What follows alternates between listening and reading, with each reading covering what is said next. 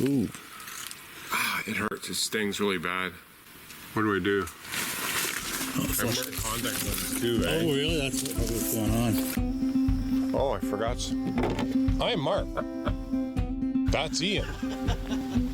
And this is beautiful Algonquin Provincial Park. We're traveling through Canada's oldest provincial park in search of history from generations past. Remnants of an alligator. Find out when this was built and for what purpose it was for. Oh, wow. Look at that.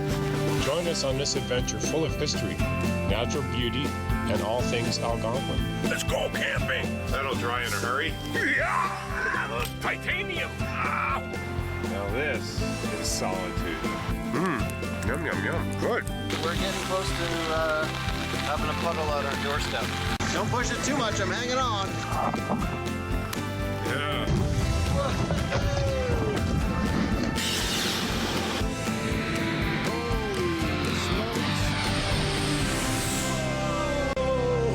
This is Mark in the Park.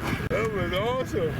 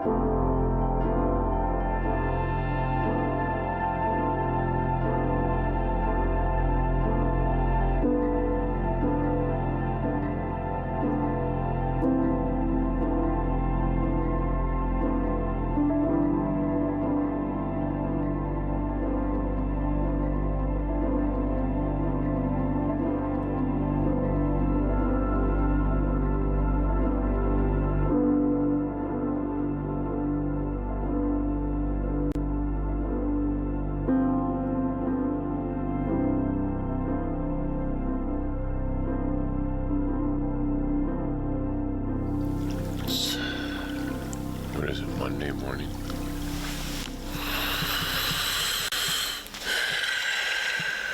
Yeah, Monday, September 16th, it's 7:45. I didn't sleep very well last night. Ian was snoring up a storm. Beautiful misty morning. I haven't had coffee yet. And took a few photos. Listening to a logging truck go down the lake. Somewhere back there.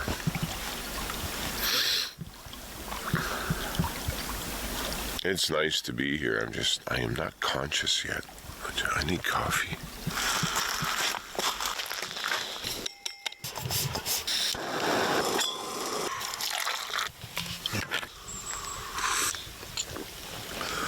Oh yeah, that's good. Oh, the sun's peeking at the top of the hill down there. Beautiful.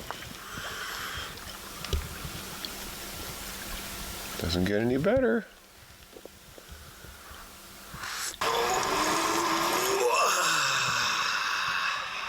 Morning.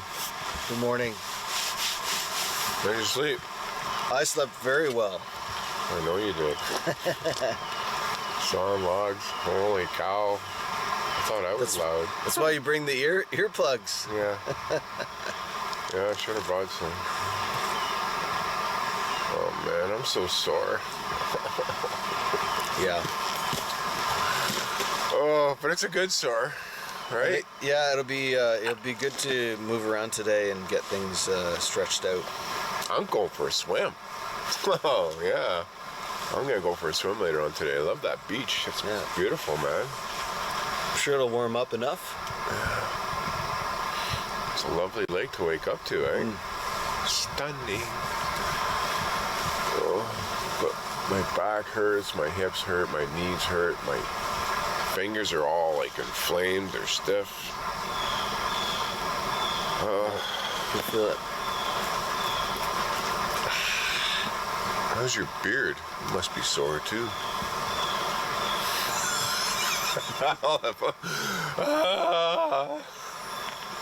I should tie something to it in the next portage. There you go. Help you carry things.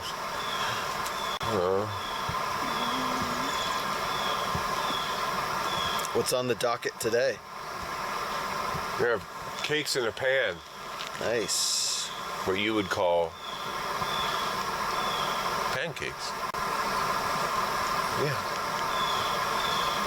And then we're gonna. Huh? And that's it? Okay, I got syrup. And then we're gonna go across the lake. Cool. And we're gonna look at historical thingies. Yeah, there's a rock over there with a plaque on it, and there's a cemetery. And last time I saw, there was an old cedar boat, like a Cedar Point boat, in the bush rotting away. That was really neat. Who knows what else we'll discover? Okay, this morning it's pancakes for breakfast. Welcome to Mark's Kitchen, Radiant Lake edition.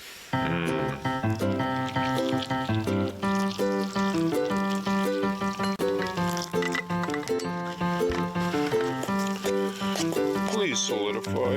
And the great thing about pancakes today is we have bacon. 2 packages of bacon today.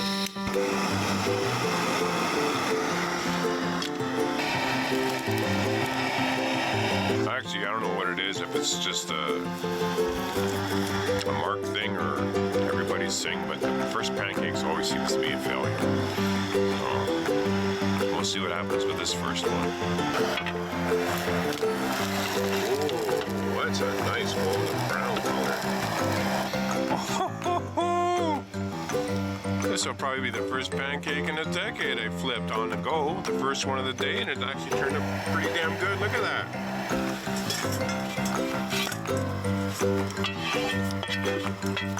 Let's make a bunch more.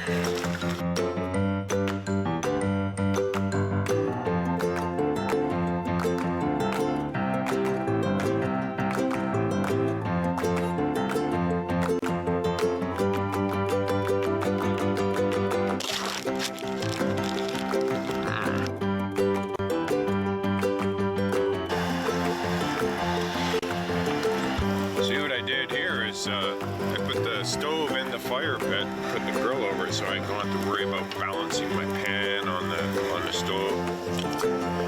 Try this on for size.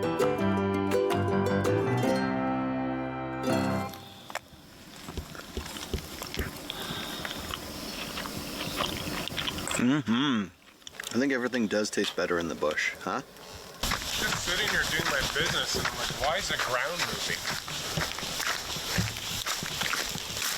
I Look at this. It's coated with these little ant flies.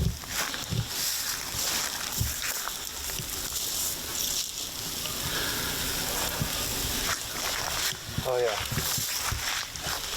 Did you notice this before? I've seen those at, I was sitting along the canal in front of the convention center, and they were coming all out of this flower bed, flying off. I think they're just, Flying ants? yeah, they're Why is there so many gonna of them? fly away to another colony or another spot. Oh, that's pretty wild. I've never seen such a concentration of these guys. I was just like, why is the ground moving? It's pretty interesting. You don't see that every day. And we're off. Yes, we're off. Off, off, off. Was he making faces behind me? No, I went like this. Doing the whip pan. Yeah. Yeah, we're gonna head across the lake to the southern campsite on the lake. There's only one on the south side, and over there is a graveyard and maybe some artifacts from the logging days we can check out. There's also a plaque on a rock that I saw for the first time about 20 years ago. It's quite a nice inscription, so we'll check that out, and we'll just putter around in the bush there looking for artifacts, not touching any, of course. You just want to look. You don't touch, you don't disturb, and hopefully we'll find something new that I've never even seen before. So there's always lots of stuff to discover. I learned from my previous lesson that I'm wearing shorts now, but I'm bringing my pants. You can see a few war wounds, but bring the pants today so we can get into it. Yeah, bushwhacking, you want to wear long pants, not just for like the raspberry bushes scraping you, but maybe bugs, and some people believe ticks are in the park. I don't, not yet at least, but yeah, you never know, right? Why take that risk? Yep. Minimize your risk. That's what it's about being out here, is having fun, minimizing your risk, and trying to be safe as often as you can. So, Cool. Should we get the boat in? yeah, let's go. All right. Oh, barefoot, eh? Good man. For now. Yeah. Give him a breather.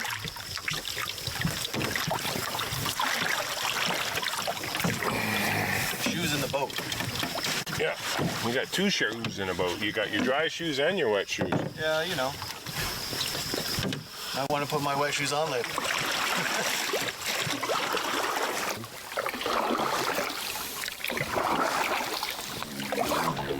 C-130, look over there. Oh man, look at that, he's coming this way, he's turning, yeah. Is he gonna fly over top of us? Here he comes.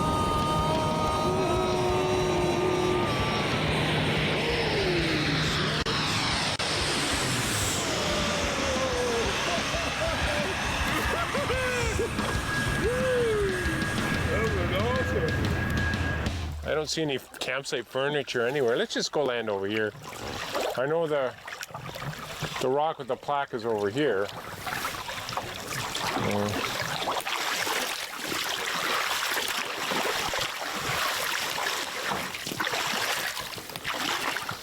Huh, maybe the campsite's been removed.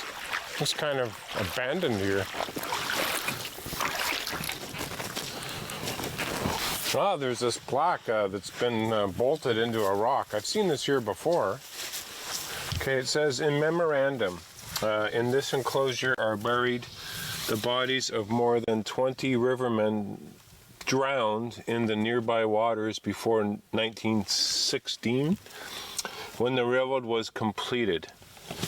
To designate this spot as their final resting place, this tablet is placed here in loving memory of Flight Officer Donald Mervyn Eastman, Royal Canadian Air Force, killed overseas 9th of June 1945.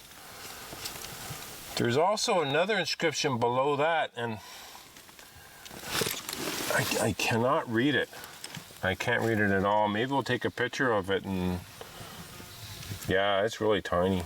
But I see another date below it. It says WLM 9th August 1945 or 46. Yeah, that's pretty cool, eh? Yeah, and there's lots of relics up here on the on top of the rock. You can see bottles, there's an axe head. Spike from the railway. Yeah. And these The are old tin used on can, railways maybe, too. here.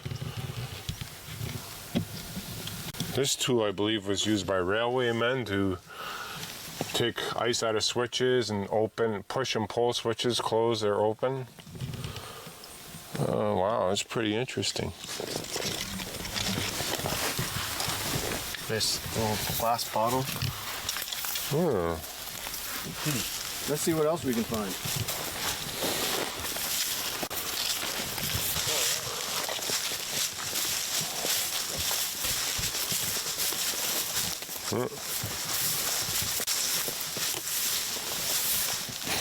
It's just an old barrel, fuel drum, I guess. Huh. That doesn't look natural. I don't know what it is. Oh, here's a trail down here. Where's this trail go?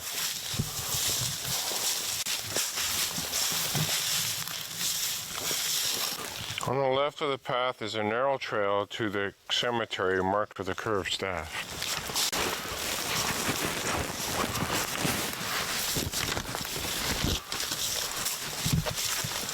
It's narrow-ish, yes. I don't see a curved staff. I see some rocks here.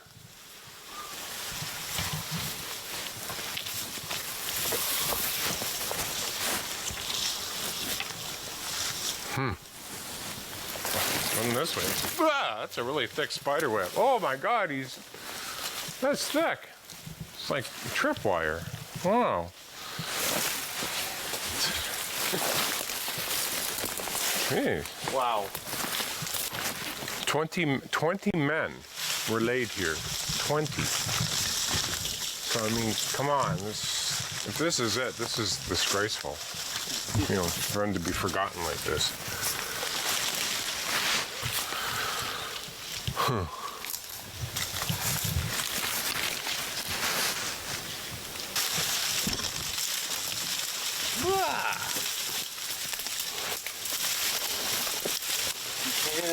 Oh yeah, more bottles. This looks like a trash dump. Oh my God, look over here. Oh my God. There's just so much crap in here. Yeah, this was a trash dump. They actually got labels on that. I'm walking through a graveyard, all right. It's a graveyard for cans and bottles.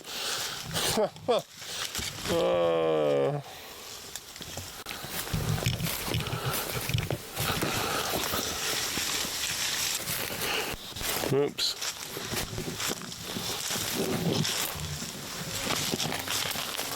Just all over the place. This whole forest floor is just littered with them. Yeah, look over here. Look what I found. I found the boat, or what's left of it. I think somebody's tore a bit of it apart. There's hardly anything left. I mean, like, there was still this much of the bow, like of the hull left, and now it just looks like floorboards. It's gone. It's been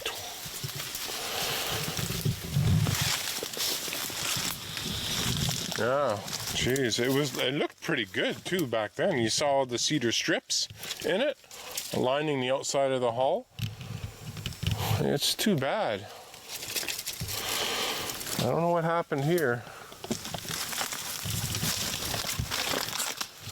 Like I said, it's almost impossible not to step on anything. The forest floor is just so littered with trash. And that's what it is. Like, it's just bottles and garbage and metal bits.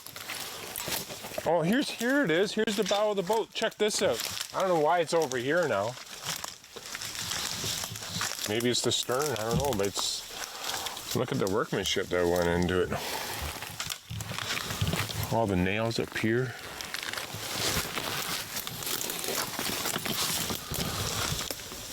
Well, that's a neat discovery. There's still a little bit of it left. I mean, if it hasn't been moved, is this like... That's quite the length. So was it a pointer boat? that the loggers used. They're usually about, well, we saw one at the logging museum. I can't remember their length. I think they're like 22 feet long. Something on the order of that. And that would probably be close to that from here to there. Pretty neat. We should go back and go on the road and then follow the path into the cemetery. I think that's the only way you can get to it.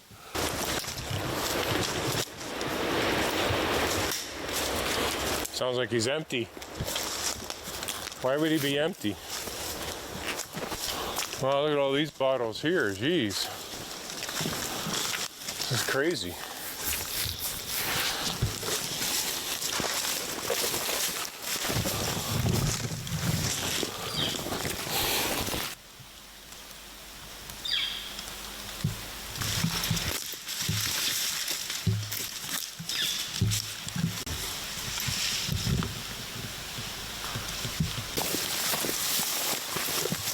This is the road. This is not the rail bed. There is a rail bed there.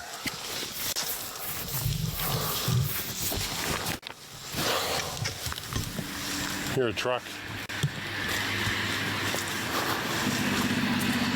I think we should get off the road, man.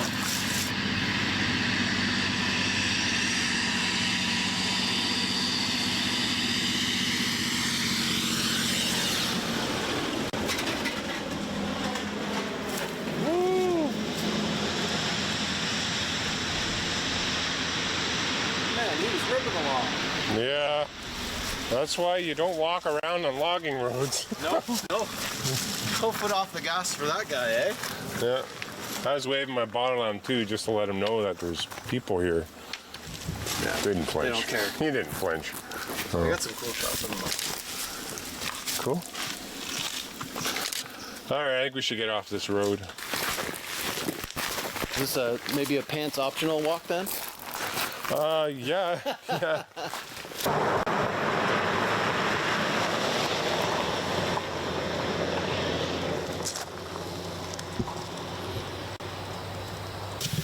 You can see there's probably 3 walls here, opening over that way.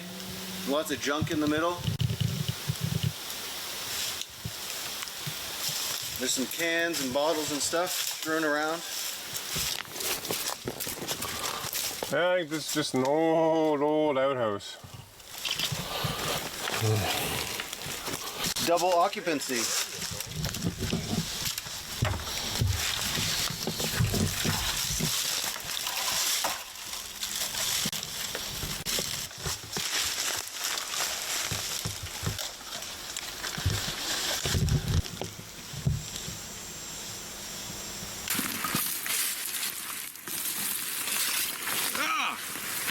Ooh. Oh man. It hurts. It stings really bad. You got something in it. I can just see a little piece of stick or something. I can feel it.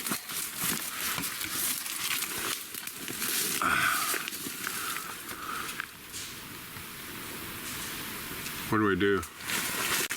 I'm wearing contact lenses too, eh? Oh, really? That's probably what's going on. I see it. You got it. Can I touch it and pull it out? Maybe. Or we can try washing it, rinsing it out. No, it's still down there. Oh, yeah, okay, here. You get your head back. Yeah. There we go. It's out. No, I think it's still there. No, it's out. I saw it wash out.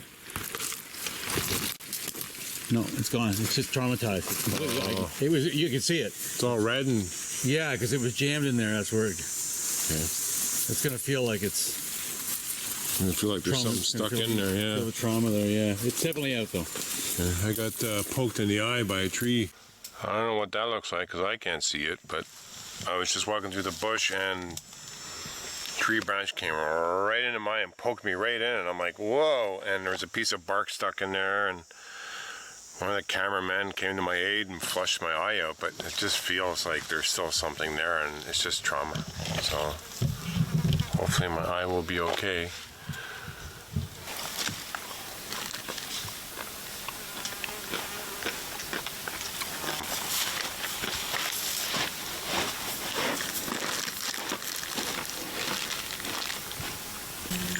Oh, I see them too. Just going around the corner now. It's going towards where the river comes in, a little Madawaska, where we were. Some deer track going through the beach here. And over here we got some, looks like a raccoon track.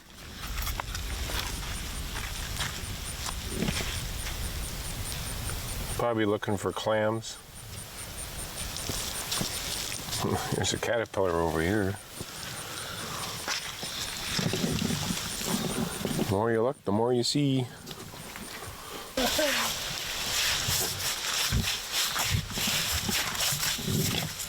Saw some glass sticking out of the sand. I just picked it up because I don't want people to step on it. It can be pretty nasty to put your foot on that.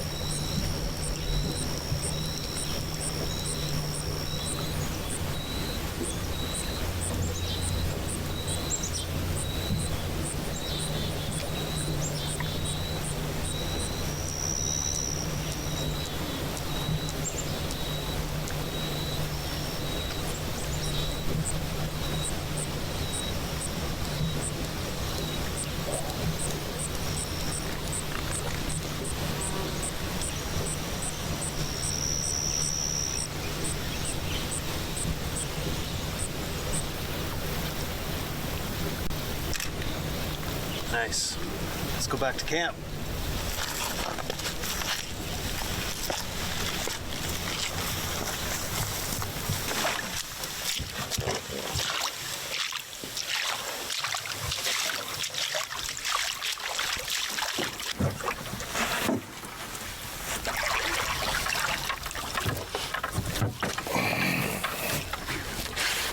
There you go.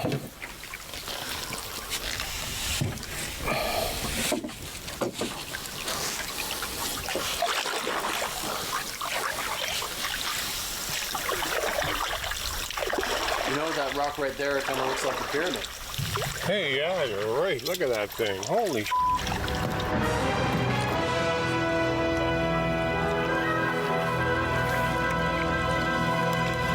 One of the theories is that on Radiant Lake, there's like some sort of pyramid somewhere.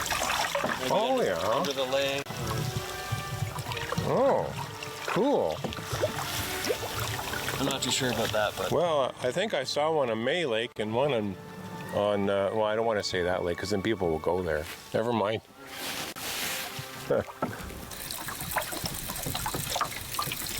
catch anything? Yeah, lots of air. Drop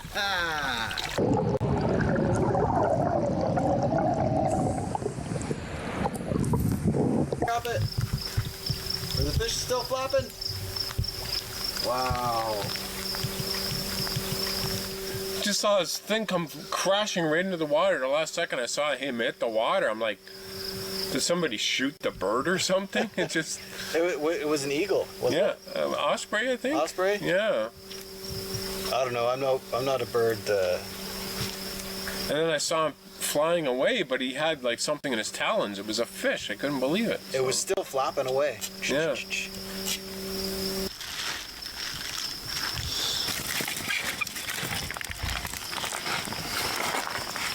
Alright, so tonight's dinner is shepherd's pie. In this pot here I've got some lean ground beef that I browned and then dehydrated myself, along with a frozen vegetable mix which I thawed out then dehydrated.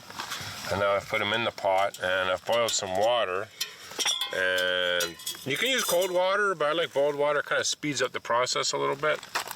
And I just pour it in there until it's all saturated. And just let that sit for a bit. Eventually it's going to suck up all that water, and then I'm just going to keep putting more and more until it won't take any more water. When that's done, I can probably go ahead and start putting in some shepherd's pie seasoning and start simmering it over the fire. And then I can start on a gravy, which is just basically add water and bring to a boil and let it simmer. And that's it. And then I do the potatoes at the last minute, which is just boil some water and add and stir and let it ferment and then serve. And that's it. It's very simple, quick and easy dinner. And that's all there is to it. So for now, I just get to sit down and relax while it rehydrates for a few minutes, and then I just keep adding more and more water until I can't take anymore.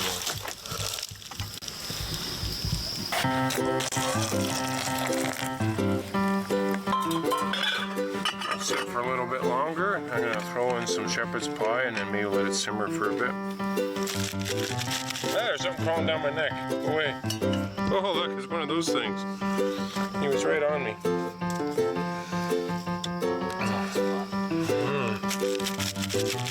Now I'm gonna simmer the shepherd's pie. Simmer a bit.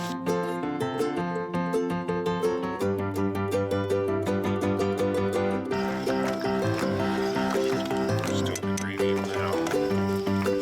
Ian, can you now cut the cheese? I'm on it.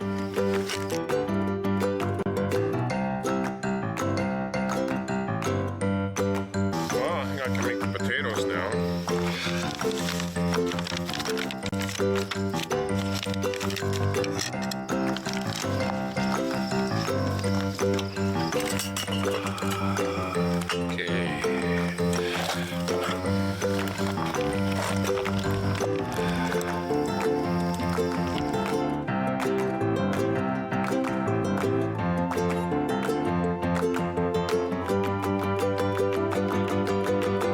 Gravy's ready.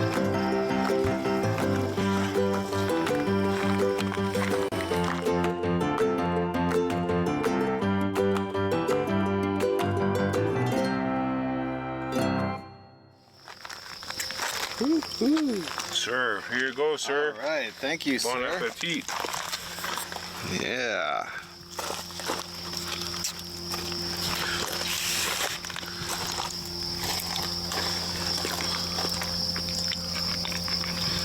That'll do. Excellent. I'd go back for seconds. Yum, yum, yum. It's going places, man. It's going places. Right on.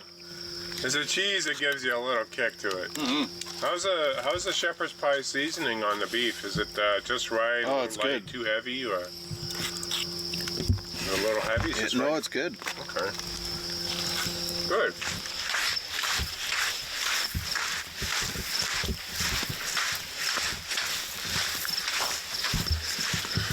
I don't dare release him, I'll lose him. I just want to put my thumb in his mouth and I can hold on to him, but I need somebody to take that lure out of him.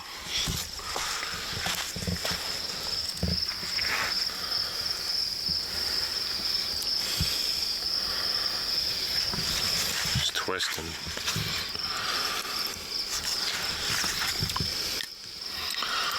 Come on. Thank you, sir. Hey! Oh, you just cut me good. Spiny, eh? Yeah. Oh boy. Come on, little buddy. Kick him in. Here we go! Woo! Oh, poor fella. Come on. There we go. Yeah, he got me good. Oh well. Don't kick the bass. Don't kick the bass. Don't kick the bass. Yeah. Oh well. Yeah, that was about 5 or 6 casts, and bang, he hit it real good. So, thank you, sir. I better go clean some dishes. That was fun. That didn't take you long, though. That's good. Yeah, they're rising.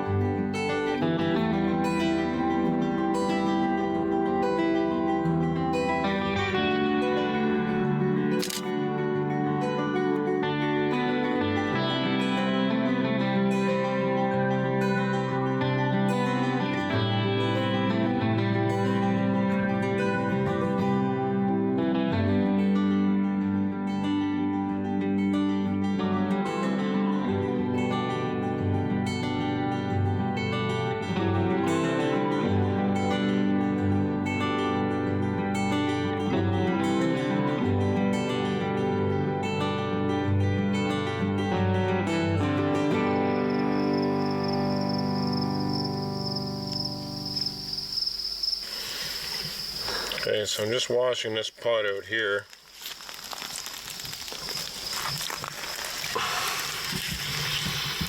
I got a cavity here. Normally what I'll do is I'll scrape aside some soil, make a little cat hole. But in this case, somebody's dug up a rock and pulled it out, and there's a cavity. And this is what I do with my gray water, is I'll just pour it in there.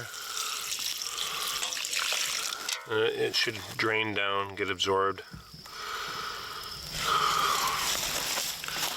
And when I'm done cleaning it, just fill it in, cover it up with some earth and needles, so that it, it'll cover up the smell, moss. It'll get absorbed by the earth.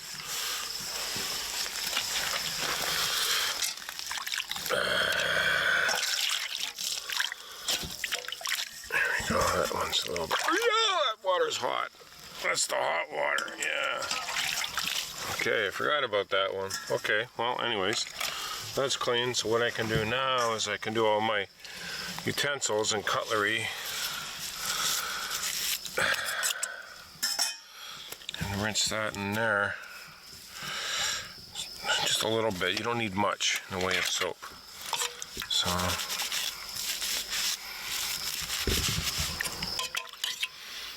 when I have a clean pot, after all this has been washed, when I have a clean pot, I'll boil a pot of water to rinse all these dishes off with properly. Right now I have nothing but dirty pots and I'm cleaning with them all. So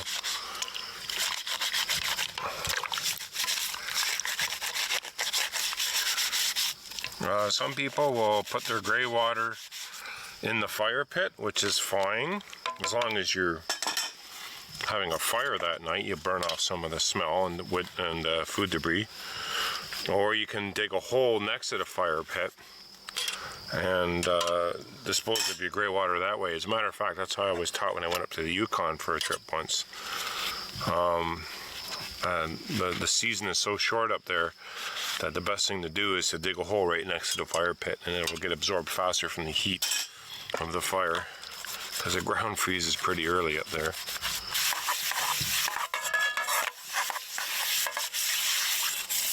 I know that there are some folks out there, or I have read about this and have been told about it, that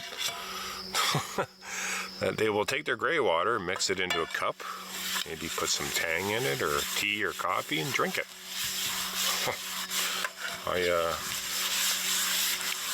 I'm happy to say I'm not that kind of a guy. That's just a little too pure for my heart.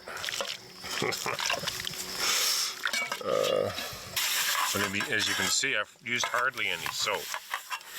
This is like that super concentrated stuff that biodegrades. And what I mean by biodegrades, it will break down in the soil over time.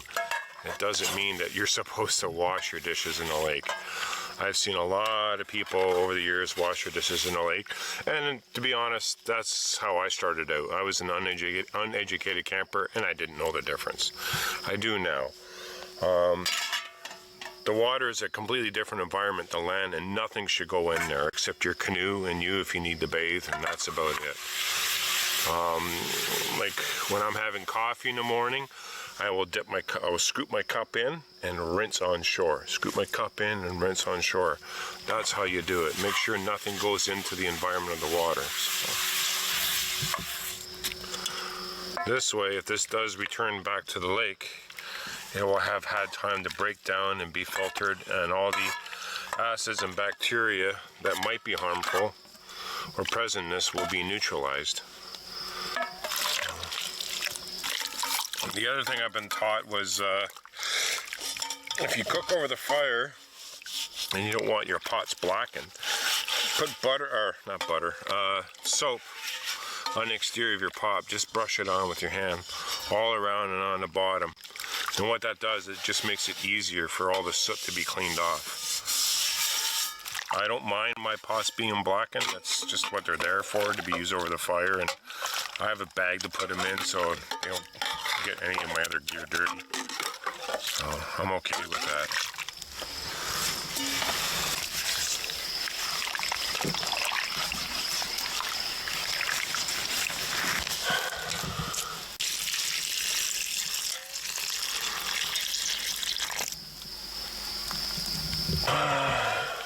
cover up the hole.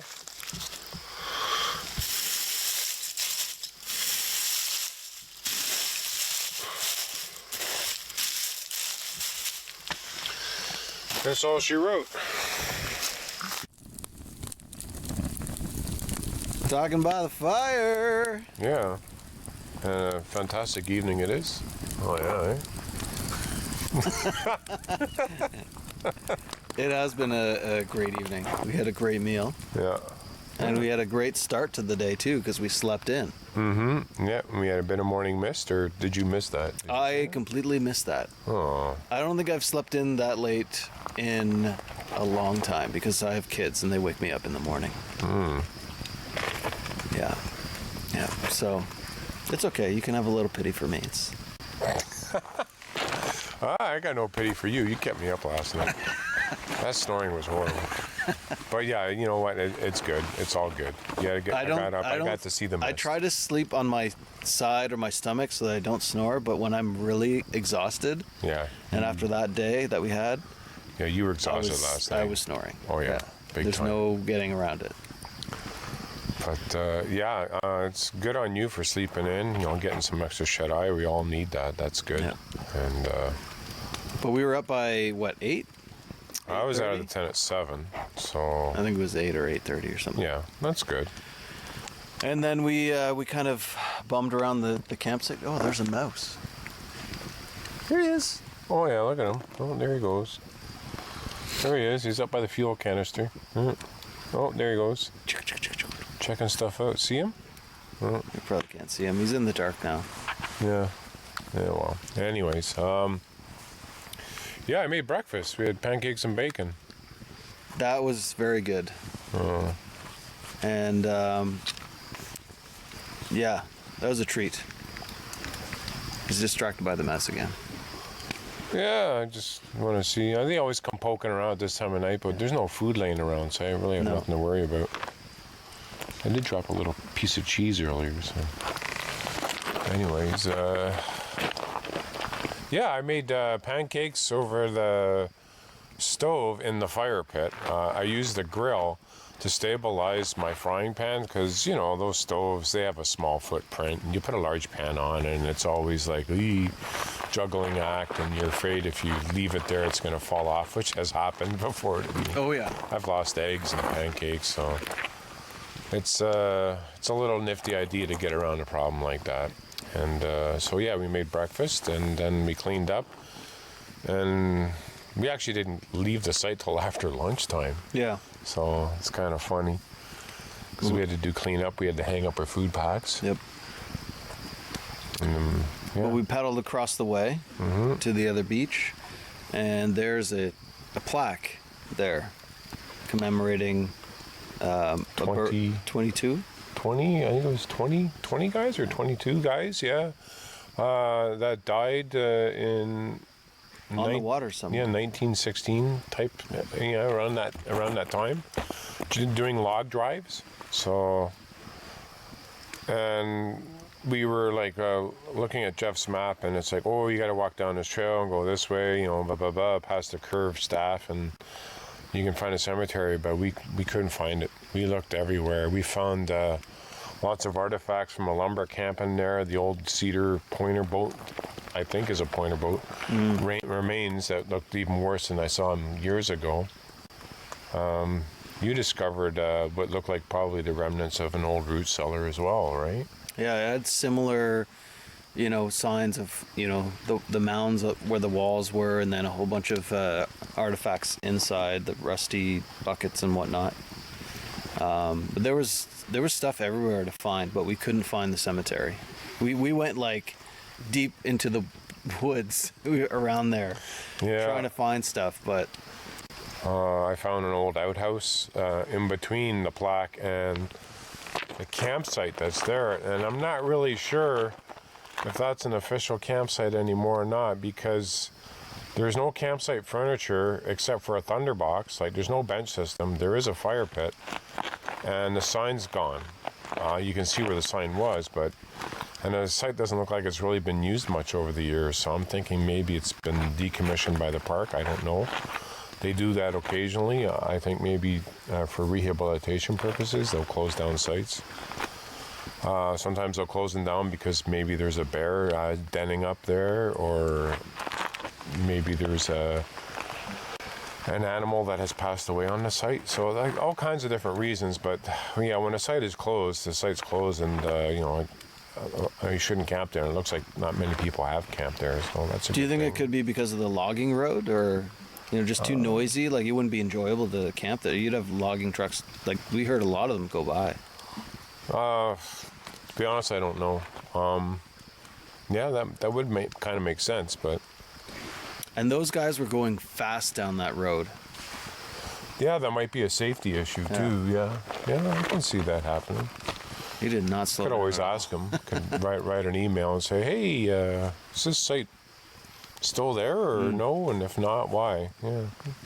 Yeah. Radiant Lake is got its own vibrant lifestyle here. There's logging trucks, We had a lot of action. Yeah. pickup trucks, Boats. motorboats, helicopters, and a C-130 plane. That was awesome. I know. I think they saw us, and they decided, hey, we're gonna like fly over these guys. Yeah, and I gave him the thumbs up as he approached too. I don't know if he saw that. I'm like, yeah, it was amazing. I've never had I've had C-130s buzz my campsite before, but not when I'm out in a canoe in the water, just above you. It's like, wow, that was amazing. It was very close. Yeah. Yeah, it was very cool. So I think we got some of that on video. So yeah, that was awesome. I guess you would probably have seen it already if we're talking about it. Yeah. So. I don't know how it works, but yeah, it was really awesome. That was spectacular. Yeah, it was a nice, beautiful afternoon. We paddled back and we tried to look for the pyramid. Yes, we tried to look for that pyramid, and I don't know. I don't know if the rumors are true or not, but It seems a little far fetched, but we'll let them have their fun. Let's say that. yeah. And the thing is, paddling there and back, we noticed that there's like a huge, like sandy, like shoal, a huge area of sand, like in the middle. It's just you're paddling, from camp, and it gets deeper, and then all of a sudden, it comes back up again, and you're paddling in like 3 feet of water, and that's it, and for hundreds of meters. And very quickly, you get close to the other side of the lake, and it just suddenly drops off again, but not for very long before it gets shallow. So I mean, I'm sure there's some deep pockets in this lake. I don't know this lake very well at all, but there seems to be some really large shallow areas. And in previous years, I've seen people walking down the middle of the lake dragging a canoe. It looks absurd, but like they're Jesus walking on water. But it can get really low, I guess, some years, because it gets really shallow out there in the middle. It's an interesting lake to paddle, that's for sure. Yeah, you're trying to throw your fishing rod in, and you had to reel it back in because what you had on was for deeper water than 3 feet. Yeah, all of a sudden we hit that shallow spot. I'm like, I gotta pull it up quick. Yeah. And then I made dinner. I made shepherd's pie. Yeah. You guys all went for a swim Yep. as well just before dinner. It was hot this afternoon, like on the beach. It was nice. Hot. It was really nice. The water was cold, very Yeah. cold. The further you went out, the colder it got. So I walked out, and then I was like, no, this is way too cold. Came back further in, and just sat down. It was sitting down is at my belly button, and I just laid back in the water and tried to like get a little wash on. Yeah. You go in another month from now, like mid-October, and you'll be screaming. Oh, I don't think I would be going in. Yeah, it's cold then. Holy cow. Yeah, so then I made the shepherd's pie for dinner, and you said you enjoyed that quite well. That was good, yeah. Filled you up. Absolutely. Then we did a little TV segment over there in the bush about washing dishes. I don't know how often I can stress enough that, like, you know, paddling up to a campsite and seeing like pasta in the water on the shoreline or rice, it's disgusting. And that's just a big no-no. You shouldn't really be doing that, and it's bad for the environment. And so I was trying to show that this is how I do it. Yeah. Up in a bush away from camp, and you put your gray water in a little cat hole, you know, or in the fire pit if you can, if you're burning it off, and that's how you do the dishes. You know, just don't do them in the lake. Take from the lake, but don't put anything back into it. So I think that's about it. And then we were talking about tomorrow's route. We're going to talk about tomorrow's route, I guess. Yeah. Yeah. What's in store for us tomorrow? Well, we got 3 portages. They're all low maintenance kind, and this is kind of exciting for me because it's an area of the park I've never been to before. We're going to go to Big George Lake. Okay. So we're going to exit the lake going up where the North River comes into the lake. And instead of going right into Shoal Lake, we're going to go left up this 1,555 meter portage into Monona Lake. Okay. And I've never been there. And then it's a very short paddle before we come to an 1,810 meter portage to Wee George Lake. Mm-hmm. And then we have another paddle, probably a little bit longer than the previous one, but not too long.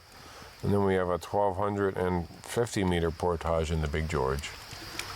And it's all low maintenance campsites, and it's probably going to be the ultimate in solitude. So I think we won't see or hear anything when we go in there. No motorboats, no. And those are going to be low maintenance portages as well. Yeah. So what does that mean, like, exactly? It means that those portages in particular don't receive the kind of level of maintenance that other portages in the park that are flagged as regular maintenance do. Okay. So those runs that are regular maintenance might get maintained once or maybe twice a year if you're lucky. These ones might only get maintained maybe every few years. So if you're unlucky, you know, maybe 5 years or more. It depends how remote in the park it is.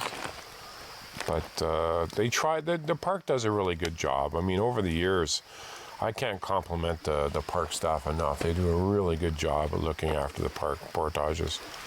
But sometimes, you know, you run into trouble. A big wind event has come in and blown down a lot of trees over a wide area of the park, and the crews are just overwhelmed and they just can't get in there fast enough to clean them out. But I have no idea the last time that this area was serviced. It probably would have been a smart idea to ask the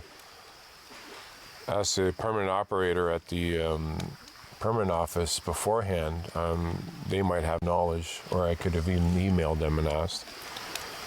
But this will be an adventure for sure.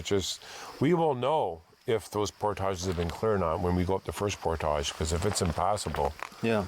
we do have a backup plan. We can go up the Petawawa into Cedar Lake, or we can just make a right turn and go into Big George that way. But again, that's a low maintenance portage of 2,285 meters. So it would probably be just better off for us to either camp on the Petawawa River or just go up to Cedar Lake and camp there 2 nights if we had to. But So don't want to go off route, right? But Right. if we can't get to where we're going, then you have to take the next best choice, right? So we're not covering the same distance as we did the day, like, yesterday. Yeah, it's about 2 kilometers less, but it's about 4.6 kilometers of portaging.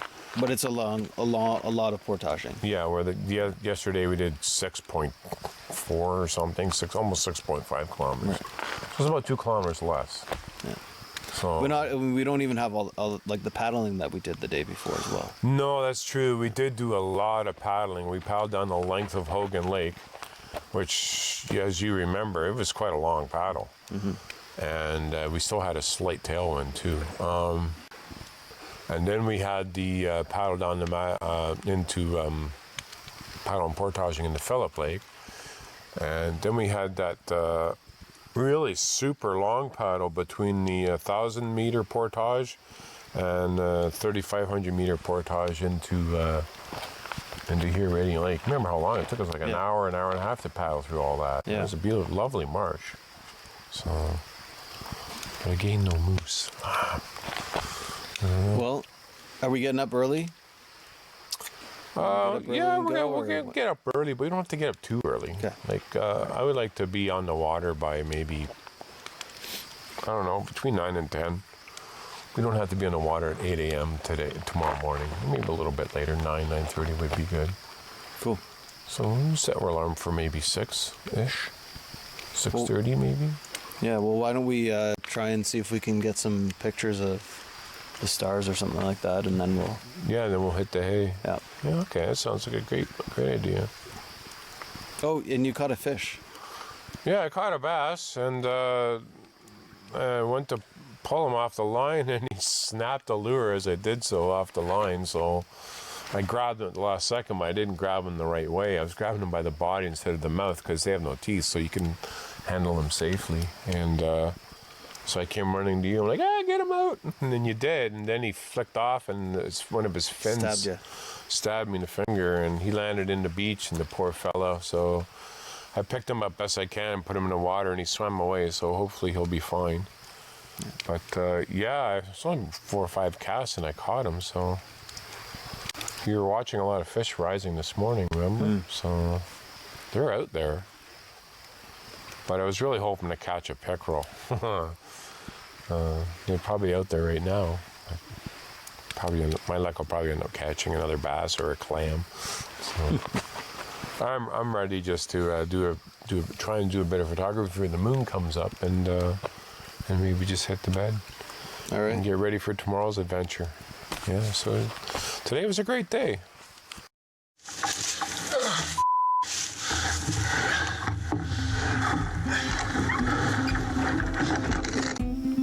Oh, I forgot. I'm Mark. That's Ian. And this is beautiful Algonquin Provincial Park. We're traveling through Canada's oldest provincial park in search of history from generations past. Remnants of an alligator. Find out when this was built and for what purpose it was for. Oh, wow, look at that. Join us on this adventure full of history, natural beauty, and all things Algonquin. Let's go camping. That'll dry in a hurry. Yeah!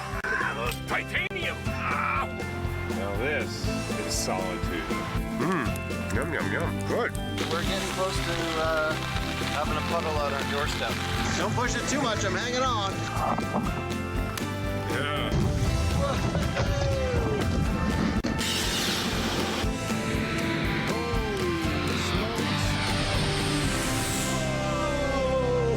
This is Mark in the Park.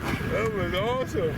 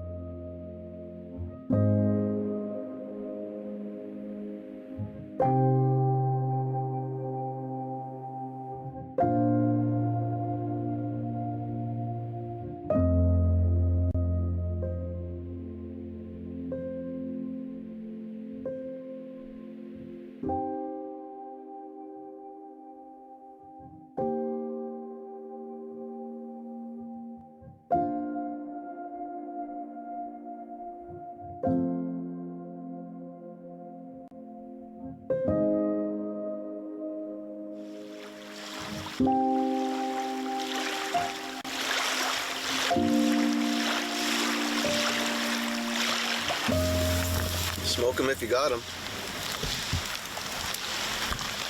Good morning. It's Tuesday morning and we're leaving Radiant Lake this morning. How'd you sleep? I slept really well, actually. Yeah. Good. I slept better too. I flipped my bed around 180 degrees and I think I was on a slope the night before, so I was like sleeping with my head lower than my feet. This time I was the other way around, so I slept better. A lot of morning mist this morning. It's a beautiful morning. And yeah, we got a bit of a day ahead of us today. Not like the day before, yesterday, but yeah, it's going to be a bit of a slog, I think, but we'll make it through. well, we'll know as soon as we hit the first portage. If it's really bad and there's blowdowns all over the place and broken boardwalks, it's like, okay, we'll just turn around and go up to Petawawa instead. Like, Right. and if it hasn't been cleared by any staff for a while, then we might have to go to plan B. Just wait for the sun to warm up and Yeah, away we go. yeah, get off this noisy lake. No, I mean, yeah, as far as interior lakes go, this has been pretty noisy, eh? Yeah. Motorboats and airplanes and Helicopters. yep. Trucks. Yeah, It's like clockwork. They start right on schedule, eh? yeah, that's the business, right? So.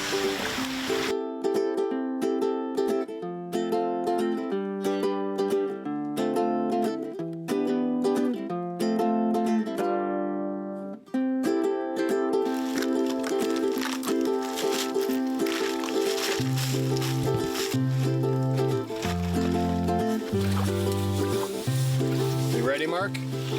Yeah, good afternoon. It's 10:10 in the morning, and I think it's time we push off. Rather late start today, leisurely late start. Beautiful morning this morning, eh? It was really nice. Yeah, A little chilly, yeah, yeah. but the day slowly warmed up. And now it's hot. Yeah, a little too hot for my liking for the trail, so we'll see. Maybe it's still shady in there a bit. So we got 3 portages today. 15 55 meter portage, 1.5 kilometers. Then 1800 plus meter portage, and then 1290 meter portage into Big George Lake. So it'd be nice to get off this lake. We had a rest day here and lots of mechanical noises on this lake, so we want to go into Big George and maybe get some solitude.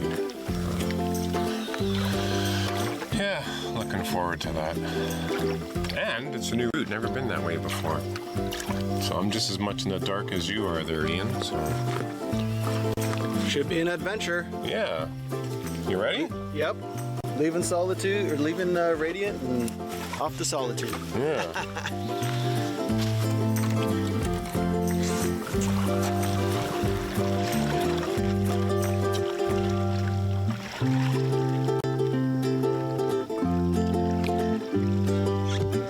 Echo! Mark will really like this one. Go, Sens, go!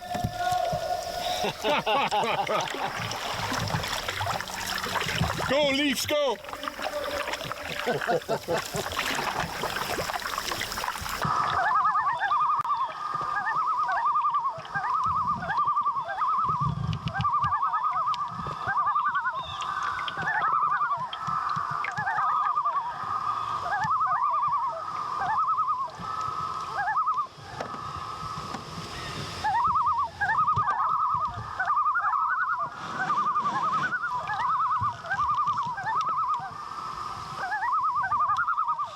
They're like, somebody's talking back to us.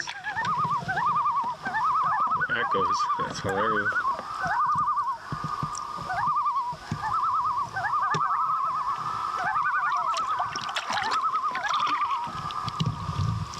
I love you guys. Oh, awesome.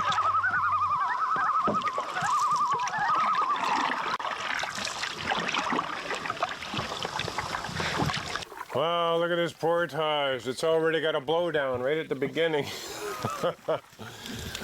Well, that's the risks of an unmaintained portage. So here we are at the 1555 meter portage to Monona. I thought it was Renona. It's Monona. Monona Lake. Monona Lake. So yeah, this portage could be really easy or it could be really, really difficult, depending on how much attention it has gotten from park staff. I'm hoping it has received a lot. Otherwise, this could be a really annoying trail.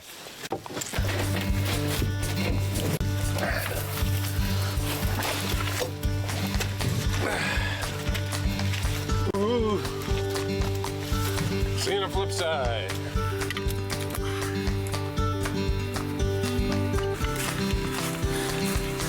Sure we didn't leave anything behind? Away we go.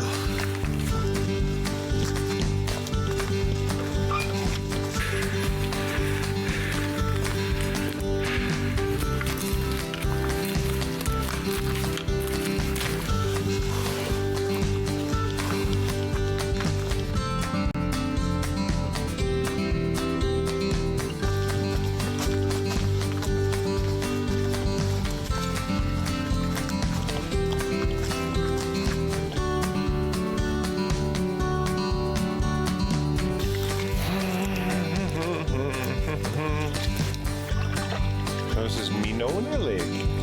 Quite a pretty little lake. Big bass in here. I've seen a couple swim by when we launched. If you like bass fishing, this is probably the place to be. Campsite's on the portage. Yeah.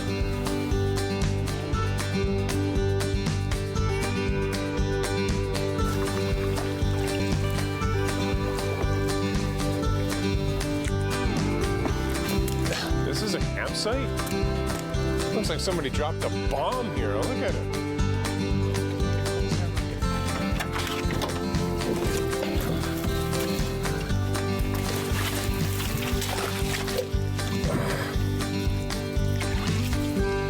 Come on over here. I want you to check this out.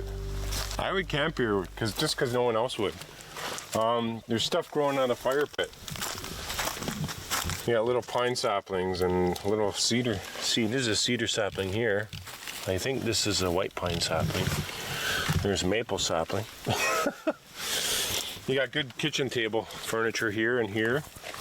Look, a nice stool to sit on here by the fire. This has been damaged by fire. You can see that.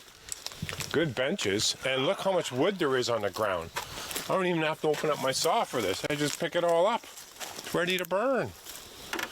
Just wood, wood, wood everywhere. We got a pile over here. Look at this. Ah. Oh! We got the pyramids of Radiant Lake, and this is the crystal skull of Monona Lake. Nice. Sure you don't want to, put that in your backpack on the way home, or? You can put it in your barrel when you're not looking. That'd be a dirty, dirty trick. Yeah, I know. Yeah, that's why I don't do stuff like that. That's bad. That's nasty. You might find a snake in your sleeping bag if you did that. Yikes. But yeah, this site's really growing on me. You want solitude? Camp here, because no one else would.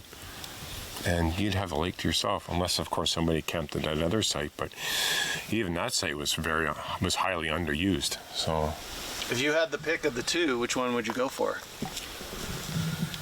I don't know. Yeah. It's hard to decide. I like this one, just because this is more open. That one was nice, but I got a feeling it didn't get much wind in there. It was a much nicer site than this one, but there's a lot of firewood here. It's more open. I don't know. I think if it was raining, I'd go over there, and if it was nice, I'd stay here. It's a pretty lake. I like it. It's got lots of bass in it. But yeah, this site just looks like it's got like natural devastation written all over it. Yeah, well, nature's taken over. You just look at the fire pit, right? So it's hilarious. And this is the portage that we're looking at here? Yeah, it's pretty bushy looking. Yep. So the path less traveled, if you will, and could be interesting. Might see deer. Might see lots of blowdowns. I don't know. We'll see. My favorite grouse, scaring the bejesus out of you. Yeah. They wait until the last second to jump out of the way. And they're like, oh, oh, it's just a grouse. Oh, okay. Yeah. Heart attack city. Much better. Not trying to pull me down anymore.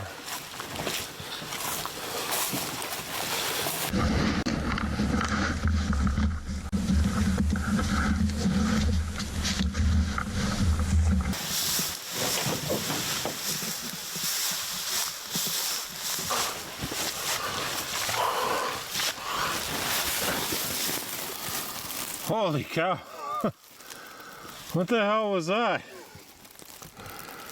Oh my God.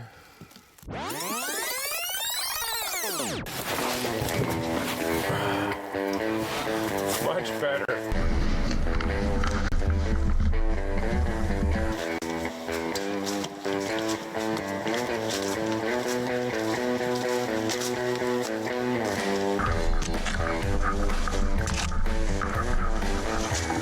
It just keeps climbing.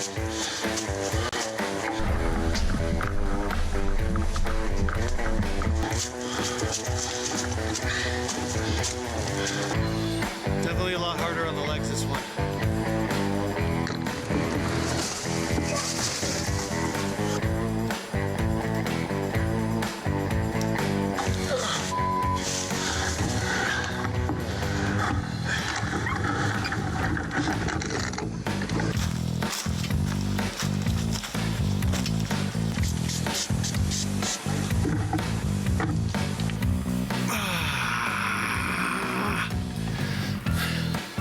I'm using this tree as a brace.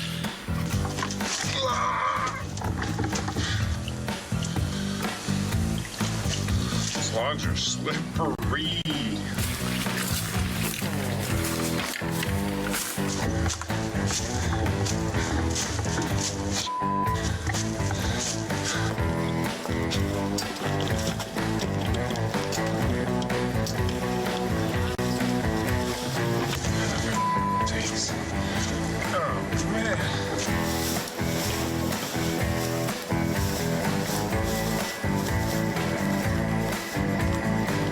This isn't rain. I'm gonna go back and see if I can get that canoe for Mark. Yeah, that was tough.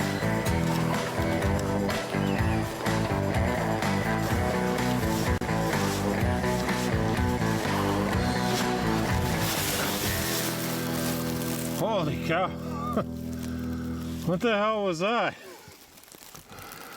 Oh my God. That was a beast. Thanks, dude. What do you think of that portage? Oh my God. What the hell was all that about? We got one more to do too. Well, I hope it wasn't like this one. Once in a while I come across a portage that's just, you know, kicks you in the arse.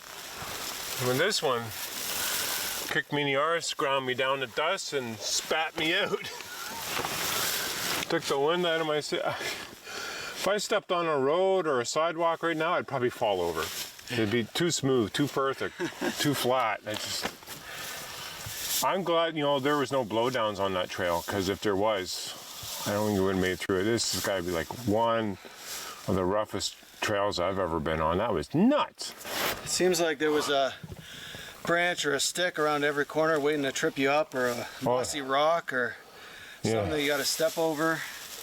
Up and down and up and up and up and up. And yeah, and I got to a point where I just couldn't carry the canoe anymore, and I dropped it and kept going with the pack, and you know, I'm just trying to keep on keeping on, and I'm like, I can't do this, I can't do this. Finally, I put it down, and I go back to get the canoe, and I'm going uphill again. Yep. How is that possible?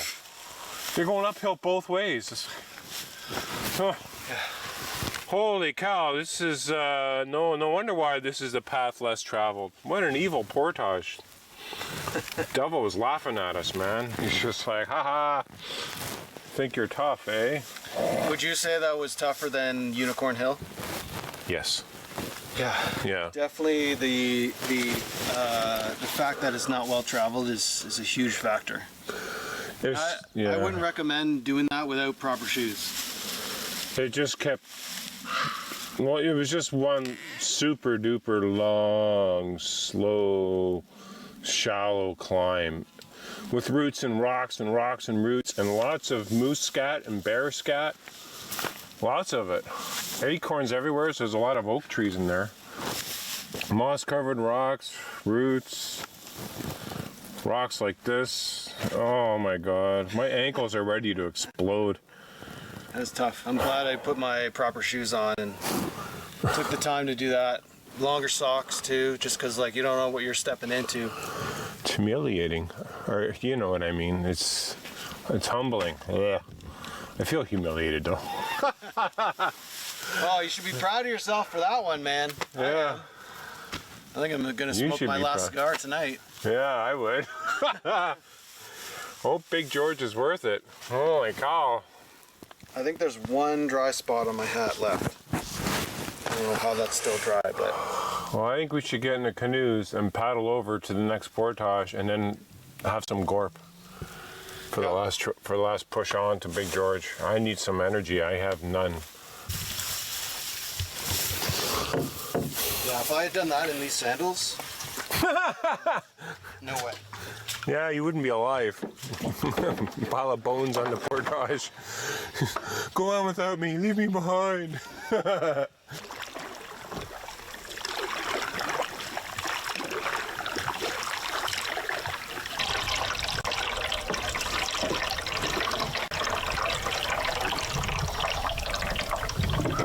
go have some lunch. Where's the gorp? Is it in the barrel? It is in the barrel. All right. I'm still suffering from that point.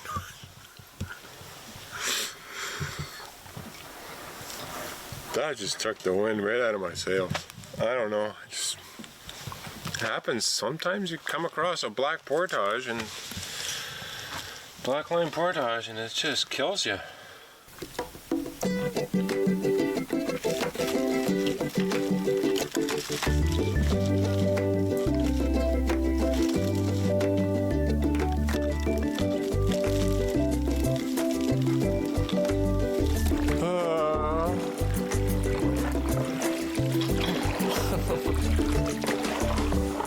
Please be kind to us, Big George. Portage to Big George.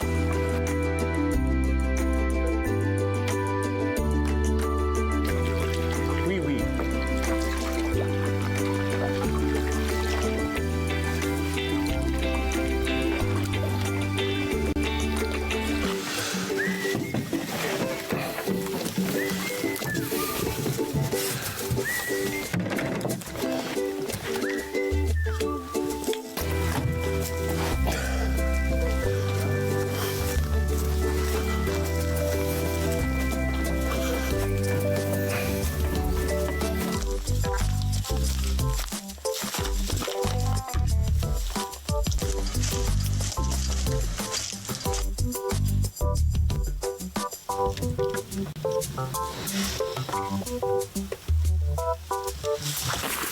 We hit the logging road, and there was a big sign saying Big George this way, but we don't see any other signs to go back in.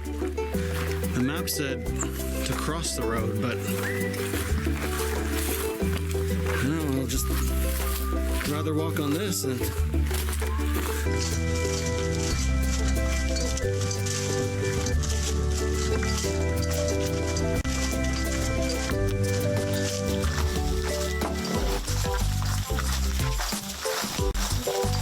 If I don't see a lake on my right or something in the next 100, 200 meters, I'm putting this down. I don't know what the hell is going on. This is like bogus.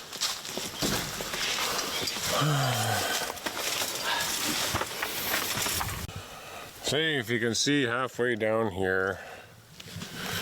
About halfway, the portage crosses an old logging road. Well, when I got there, there was a portage sign saying "To Big George" with an arrow pointing down this logging road. So we went down and been going down it now for several hundred meters, and like I don't know, like Yeah, I mean, it really looked like go down the road. yeah. But there was a big tree down just there. But my frickin' GPS is Maybe if you walk further ahead to where it's more clear. I don't know. yeah. Nothing.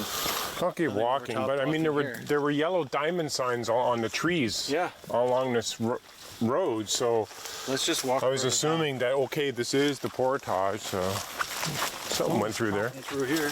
Yeah. Maybe somebody else had the same idea. Oh yeah, this could be it. Yeah, this is it here. Here it is. Okay. Yep, there's the lake. Oh man, what a relief. I thought we were lost in the park. Deep in the forest. Okay, good.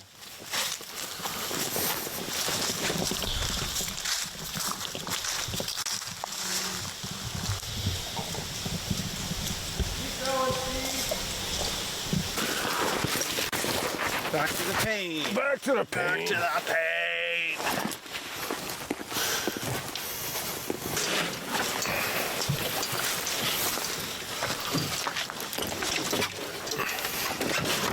Ow, ow, ow. Ow, that hurt. Okay, pushing off.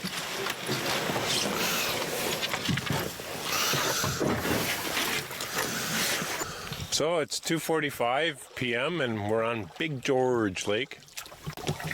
We made it.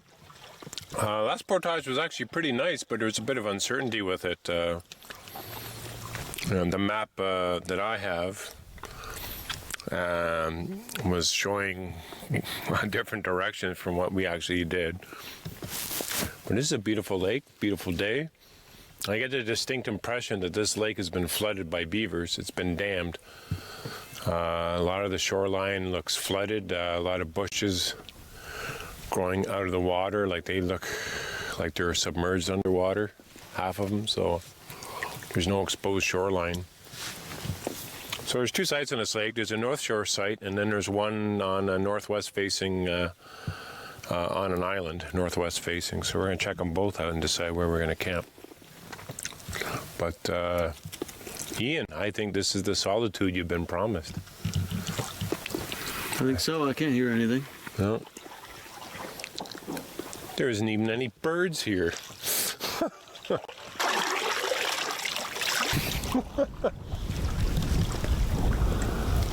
Yeah, that's a pretty rough sight.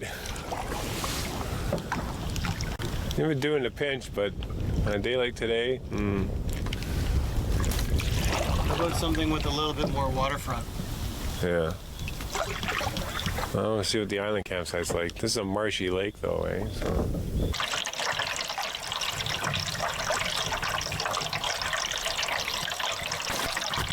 There's something on the other side.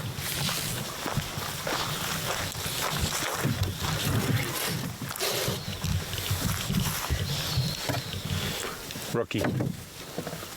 Gotta change his footwear.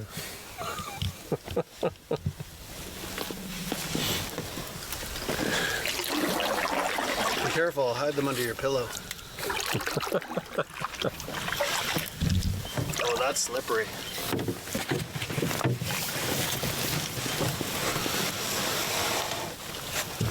Slippery? Yeah. Maybe I should come in sideways. Nice and cool though. Maybe I should come in sideways. I don't know. Deep enough to do that.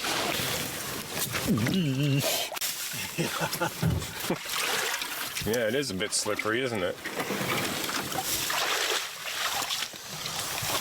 What do we got here? Oh, yeah. Well, you can put a tent there and a tent there. Yeah, it's not bad. It's a cozy little site. Oh, you got a little bit of a rock out here we can sit on and watch the evening sun go down. Broil under the July sun. Whoa, it's a hot campsite. Yeah, not much shade here, but yeah, it's pretty decent. It's got some firewood here. And chop off, decent fire pit. You got 3 stools to sit on. Oh, we're staying here, unless you want to go back there. No, this is the better choice. What do you think? Is this where our tent's gonna be? I don't know. There's probably like at least one of 3 options. I mean, this is good. This is soft. It's a bit lumpy, but it's soft. Maximum drainage if it ever rained. Yep. You just got to clear out some of this stuff so it doesn't poke you in the back. This is a good spot. Yeah, it is. It's a really good spot. I like it. Where do the doors go? Where would the doors go? Like this way and I'd that probably way? put one there and one there, yeah. Yeah. Otherwise you'd be walking into this. It's a pretty bushy campsite. So what are the tips on picking a spot for your tent? Does it have to be, you know, Well, cleared and... yeah, like you got just find a clearing that's level enough to your liking for your tent. Hopefully you have drainage. Like remember on the Lemire site we had to move our tent. There's no dead trees nearby. They're gonna fall on you. So this is pretty good. If there's a wind coming from the west, we're low enough that there's bushes around here and the rock there will block some of the wind. But this is fairly decent. I mean, like I think maybe the untrained eye, they'd be like, "Oh, I'm not putting a tent there," but it's like, well, where else are you gonna put it? Yeah. This is pretty good. It's fairly level. There's another spot over here too. It looks soft enough you wouldn't even need a sleeping pad. Yeah, quite possible. Here's another spot here. I mean, it's got all the shrubbery in here, but I mean, it's fairly level. And again, it's got moss underneath, so it's got maximum drainage power here. Not as much space as over there. You'd probably have to put our tent this way, have a door come out there and a door come out there. I can move some of this kindling out of the way and we get more space. And as a last resort, we could go to the other side of the trail here, and we would just move all this kindling out of the way. You would have another spot here you could camp. Maybe putting a door there and a door here and just come down this way. It's fairly level. It's a bit of a slope, but I mean, it would do in a pinch, right? I mean, if you're in trouble or you had 3 tents and 6 people, you could fit that many people on here. Get all nice and comfy. It'd be good. It's tight, but more than doable. And again, there's no dead trees around here. None big enough that would cause us any issues. No, there is a dead tree over there, but I mean, if you wanted to, you could just go and lean on it and see which way it's gonna fall. But actually, it's kind of leaning that way. So, but yeah, other than that, I think it's pretty good. And we're actually in a good spot for like a breeze coming off the lake and blowing the cinders from the fire that way. We'll be blowing them towards the tent.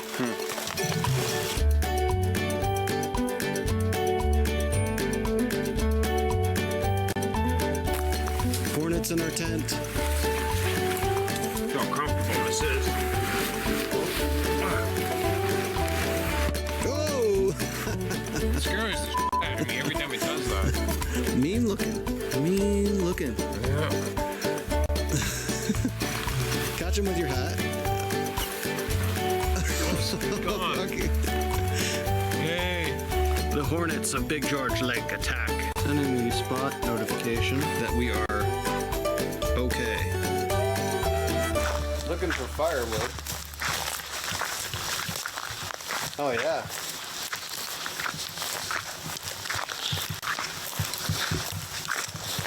No shortage here.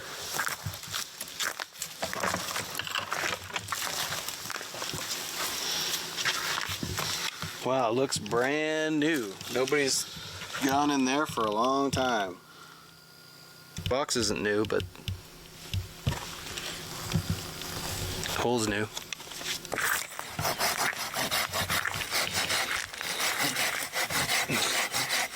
Okay. Guess I better put some muscle into it, eh?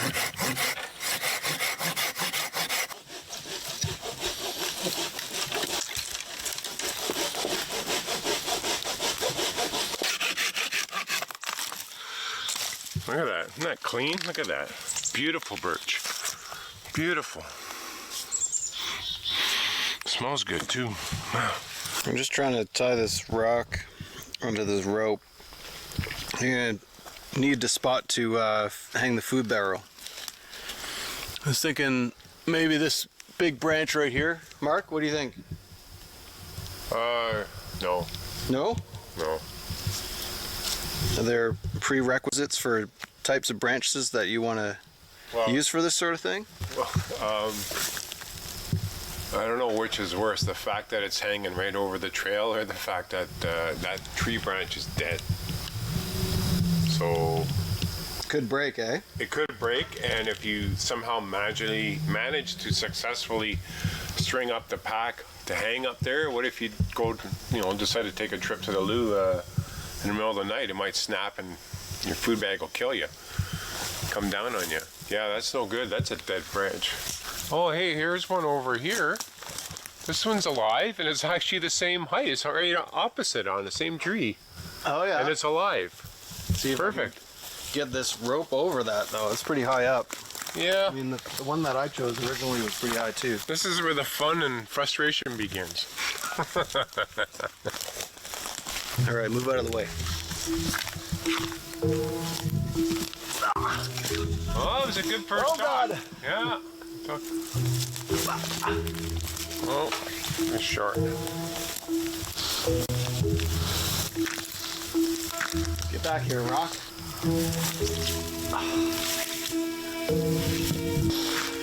Maybe I will try it, Swede. Look out, Matt. Look at that. Oh, yeah! Look at that! Nice job. Woohoo! Okay, I can cheer for myself. Woo! Here, go like this. I'll show you. Just kind of snap it. Yeah, take the slack out. Can I do this for you? Nope. Oh, it's wrapped around. Okay, I didn't see it. Here you go. Now, yeah, there you go. You got it. Good job.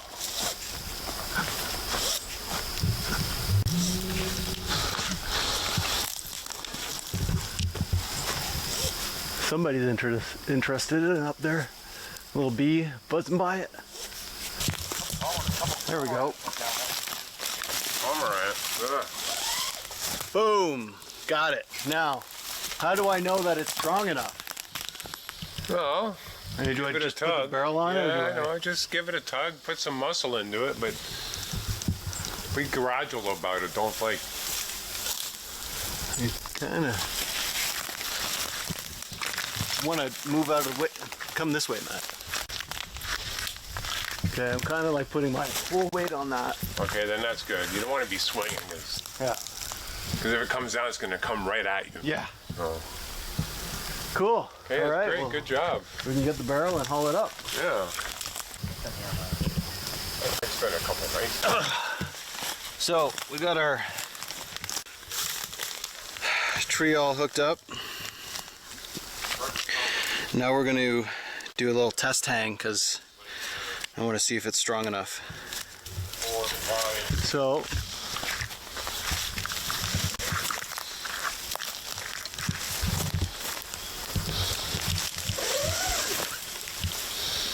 I'll do.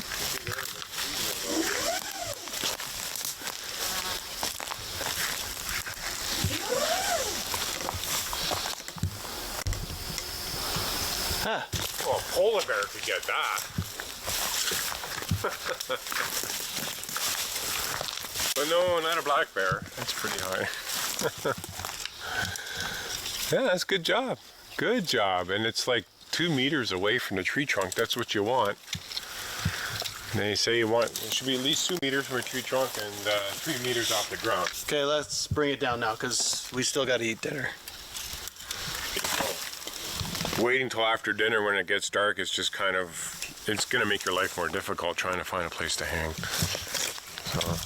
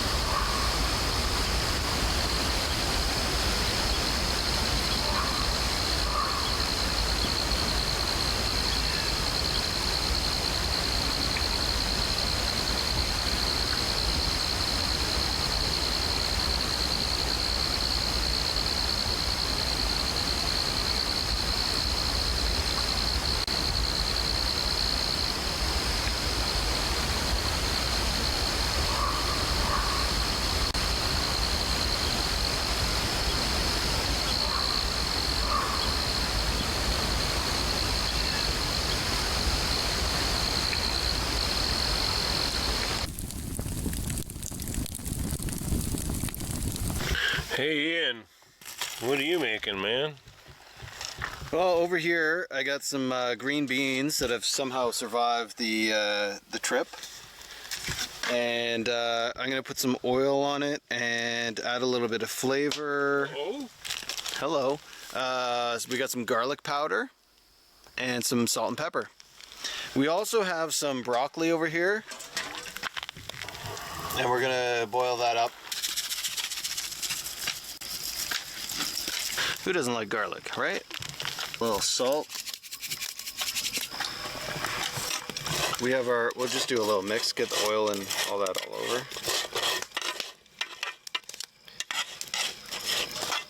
And we're gonna put it on the fire.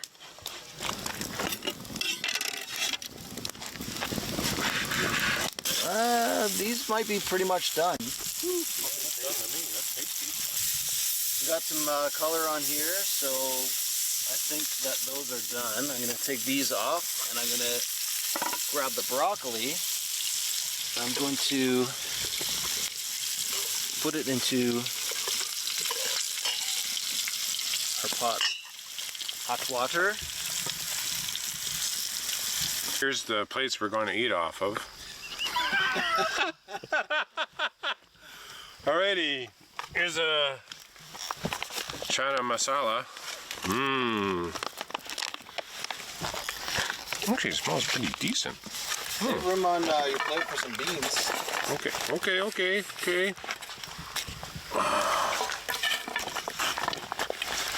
Oh, that looks good. Yeah, it is good.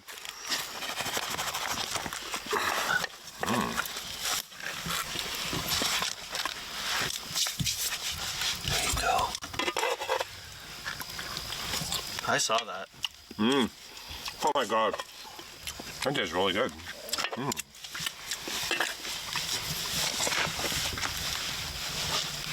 Does it fall? Yeah, it's awesome. There we go. I know you love broccoli, so I'll give you there. Thank you, sir. There you go, buddy. I like this. This is like a healthy meal. This is like so healthy. Oh! Bloody titanium, Never man. learn. Never learn. Whew. That is hot cooking by the fire. Yep.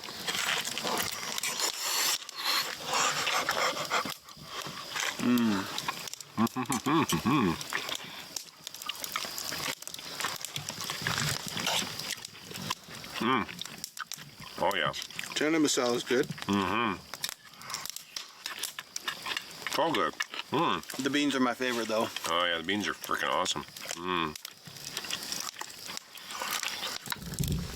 The culinary delight continues. We're making doughboys. We have some bannock mixture here. And what we're going to do is we're going to make a little mixture of some dough and we're going to put it on a stick. Then we're going to put it in the fire. And then we're going to put a few special things inside. The first task is to add some water to our mixture. You don't want to make it too wet. You want to find the right consistency. And I did bring extra flour in case we overdo it.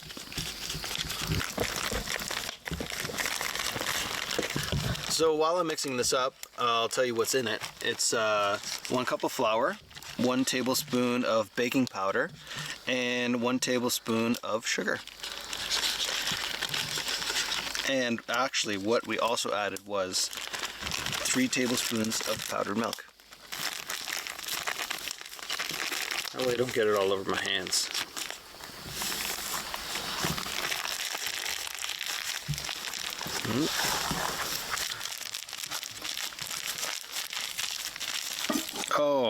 Oh, you have to remember that, you know, this stuff has been traveling around with us for, what is it, 9 days? 8 days. 8 days. I'm losing track of time, that's all right.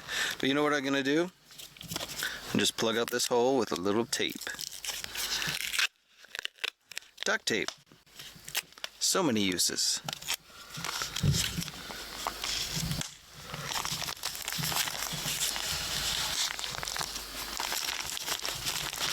There we go, and we keep mixing, we keep mixing.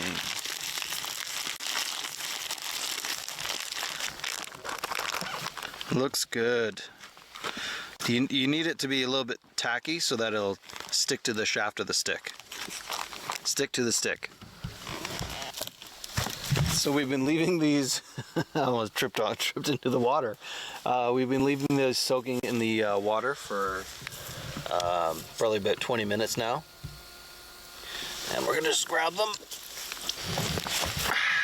Okay. You can see they're nice and saturated. And what we're gonna do is we're gonna get some of this dough out. I might even just stick the stick in there. See how it's sticking to the stick? That's what you need, because if it falls off, it doesn't work. Let me get some on the end. So we're just gonna roast it like a marshmallow. Just drooping on one side, just gonna hold it up and. All right, I think this is done. It's getting a nice golden color on that. Be careful, it's hot. You might want to wait a few minutes for it to cool down. But basically what you do is if you twist it a little bit,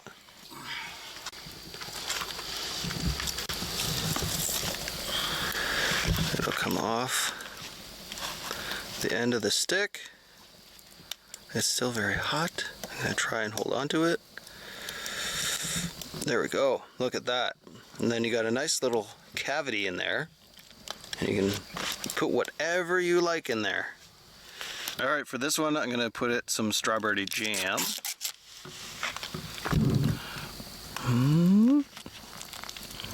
There you go.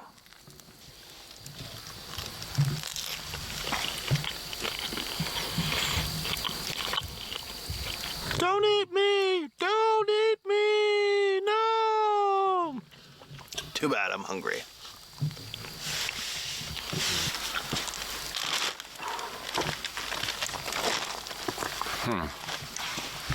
Doesn't look like it's done. Yeah, pretty much. Yeah. Here's your knife, sir. Thank you. I'll get you some strawberry jam.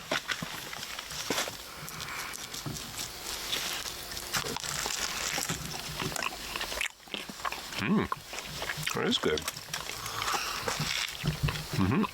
It's very tasty.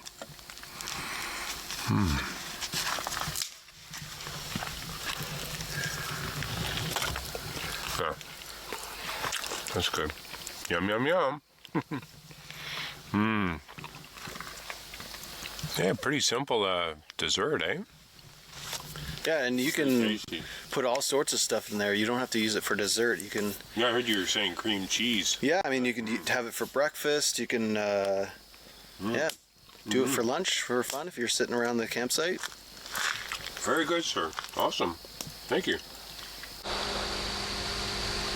We have attained solitude. Right on. Yes, we have. We had a big day today, Yeah. but we started off waking up on a beautiful beach on Radiant Lake. Yeah. That was a great sight. Beautiful morning mist this morning. Yeah. And then we had some breakfast. We get all packed up.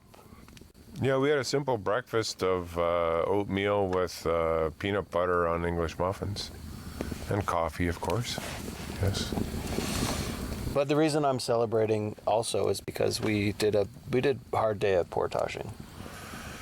Yeah, they were all low maintenance portages, and I was expecting them to be worse in another way, but they weren't. I was thinking the blowdowns and like just bad trail, no maintenance at all whatsoever, and they were actually fairly clean. I mean, the first portage had 2 blowdowns in one spot, and that was it. Yeah. And the rest of the trail was fairly easy to do. That was 1,555 meters, and we did it in no time at all. It was a pretty decent trail. Yeah. And right at the end of the trail was a campsite, and lots of camp furniture there, a couple couches and tables, and it's quite nice. And we got onto the lake, and there's bass swimming. You could see the bass under the canoe swimming around. It's a bass-filled lake. That was a nice little lake. Yeah. And the campsite at the portage that was coming off of it? Yeah.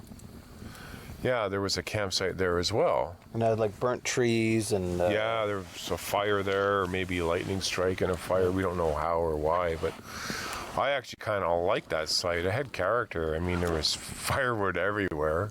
Stuff growing out of the fire pit. Yeah, I don't think anybody's camped there in decades. But I kind of liked it. It had really good seating arrangement, good kitchen tables, like beside the fire, like kitchen rock. Beside the fire pit, it was kind of nice, and the view of the lake was pretty decent, and you got a little bit of a breeze there too. Yeah. And that was the start of the that was Minona Lake, and then that was the start of the 1,800 and 10 or 1,850 meter portage into Wee George Lake, and let's talk about that portage. That was a portage and a half.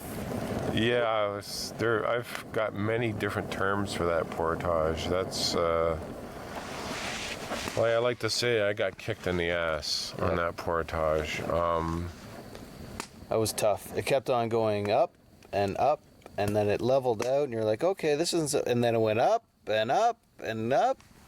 Just kept on going. And it was rooty, and it was rocky, and there was a lot of moose scat, bear scat, and moss-covered rocks, and muddy sections. Not too much mud, just a few. No blowdowns, but you can see that in years past, there was a lot of blowdowns, like a lot of big trees that come down, and they were all cleared by staff for years gone by. But I'm thinking if that trail had any number of blowdowns, like, decent number of blowdowns, like 10, 20 of them, probably would not have made it through. It was tough. It just took the wind out of my sails, that portage. Like, my ankles were ready to snap in two by the time I got to the end. And you had to come and rescue me at one point. Like, you were walking up the trail going, "Can I carry your canoe?" I'm like, "Oh, God, thank you." I was close to the end, but it was like, oh, my God. Like, I had to put the canoe down twice. I leaned the pack against a tree just to get a little bit of a break just to reset and catch my breath. After climbing up, and I saw that there was a level part, so I was like, okay, let me just catch my breath and then I can get through this part. But it was really tough. And then just to, another kick in the pants, like going down to the water on the other side, then it got all mushy and rocky and mossy and muddy and stuff, and yeah. So it was treacherous getting, like, you're so tired at the end, and then you have to go down. Yeah, the other thing too is like, I put the canoe down at one point because I was just like, okay, actually I did come across a canoe rest. Mm-hmm. And I'm like, okay, why not? So I threw the canoe on there, waited for a few minutes, and I'm like, okay, time to go. So I put it back on, keep going. And I was just like, the 1 foot in front of another mentality, and, keep on, keeping on. And it's like, I can't keep it on. I got to put this canoe down. This pack is killing me.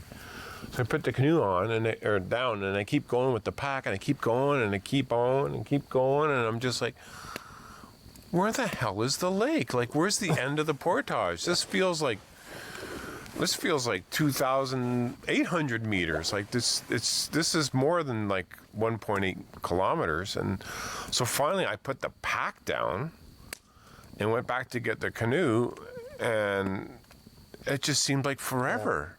And not only that, I was going uphill again.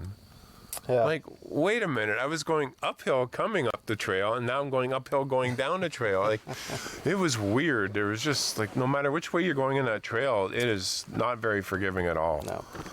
There was one point where I wasn't sure where the trail went. Like, it's just so, in the woods. Like, once I had gotten a little bit further, I just kept on going straight, and then I'm on the right path. But it's a very underused trail, and probably for a good reason. Yeah. Was that the hardest portage you've ever done?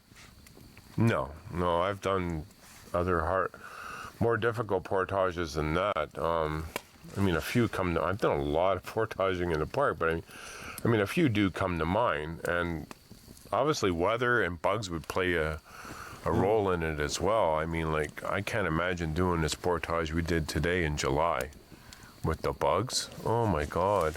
Yeah. Or what if it had been raining in July with the bugs? It would be terrible. I guess maybe the Sundasa portage from Little Dixon to Sundasa comes to mind.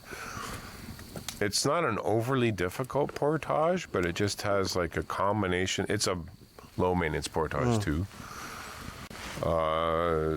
It has a combination of things that just makes it really annoying. And like, for years, it was my nemesis portage. This is my new one now. Yeah. Yeah, it's just one of those trails where it just seems to go on forever. Yeah. And no matter what you do or how you try to play it or how you try to prepare yourself mentally, the portage beats you, and it beats you down and grinds you into dust. And that's what this portage did to me today. It happens to the best of us. Every once in a while you come across that portage, it's just like, I'm done. And I was done by the end of it. I'm like, oh my God. And then of course we had the last one. Yeah. But before that, we did get to have a nice little. We had our gorp and stuff at that one campsite, which was kind of another neat little spot on Little George. Yeah, apparently, it's Wee George actually. Or Wee George, yeah. Sorry. There was actually two campsites. We didn't see the first one because it was to our right off the portage, and we weren't going that way. So we proceeded down the lake to the next portage, and there was a campsite there, and it was quite a nice campsite. Mm-hmm. I liked it. Yeah. That had stuff growing out of the fire pit too, I believe. And it had a really nice flat spot for the tent, and it had a decent view of the lake. Mm. And it was loaded with red pine, nice little fire pit. 2 logs for a bench. They weren't very comfortable at all. But I really like the setting. I like red pine at campsites. They're kind of open forests. Very comforting. I love the sound of wind through red pines. It's a beautiful sound. So, and we had a good lunch there. We had some gorp and we had some power bars and what else did we have? Some meat sticks. Yeah, and water. Yeah, I finished all of my water by that point. Yeah. Yeah, I went through a lot of water after that portage. That was just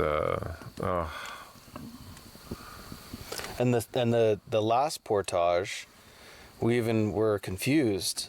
At some point, we hit old logging road, and it said to go down the logging road, and we kept on going, and we weren't sure if we were supposed to be going. It's actually a really nice trail. I would say half of it's in the forest, and it's all maple and oak. It's just beautiful, beautiful trail. I can imagine like maybe coming here in about 3 weeks and it would just be stunning with the colors. Yeah. But according to the map that I have, about the halfway point, the portage crosses a logging road. And, I'm at the halfway mark, I'll keep going, down to the lake. Well, you get to the logging road and there's a sign that says, this way to Big George Lake. But there's a fallen tree beside it, and you're wondering, like, is the trail around that fallen tree, or is it blocked? Or do you go down the road? And I'm looking and the arrow's pointing down the road. I'm like, okay, I'm going. So I'm carrying the canoe in the pack and I'm going down the road. I probably went about 200 meters and I'm just thinking, I was filled with uncertainty. And I'm just like, this just doesn't seem right, because the map said this thing and now this is something else. So I turned around and walked back up to look at that sign, and sure enough, it's saying, go down the logging road, and there was no path behind a tree, and you were there too, and we're like, okay. So going back down, pick up my canoe, grab the pack, keep on keeping on. And eventually you saw on the trees little yellow diamonds. They were actually, the Thunderbox sign, a little grown guy signs turned backwards. It was just a solid diamond. I saw two of them, and I'm like, okay, I guess that means we're in the portage. But it just kept going on and on and on and on. And I'm like, am I just so tired and whipped from all this like heavy duty portaging lately that I can't gauge myself anymore? So I put the canoe down, and we all kind of stopped. I was trying to get a GPS reading on the phone. I couldn't because there's too much trees. So we walked ahead a little further, and then I saw a sign that said, to Wee George Lake, which is the way we just came. I'm like, huh? And then I look to my right, and then I see a sign going to Big George, and I saw a trail going down the lake. I'm like, yay, we're there. And it was just a short little distance down to the lake. Yeah, it wasn't bad at all, and it was a nice put-in, too, so. But, that second portage of the day, holy cow.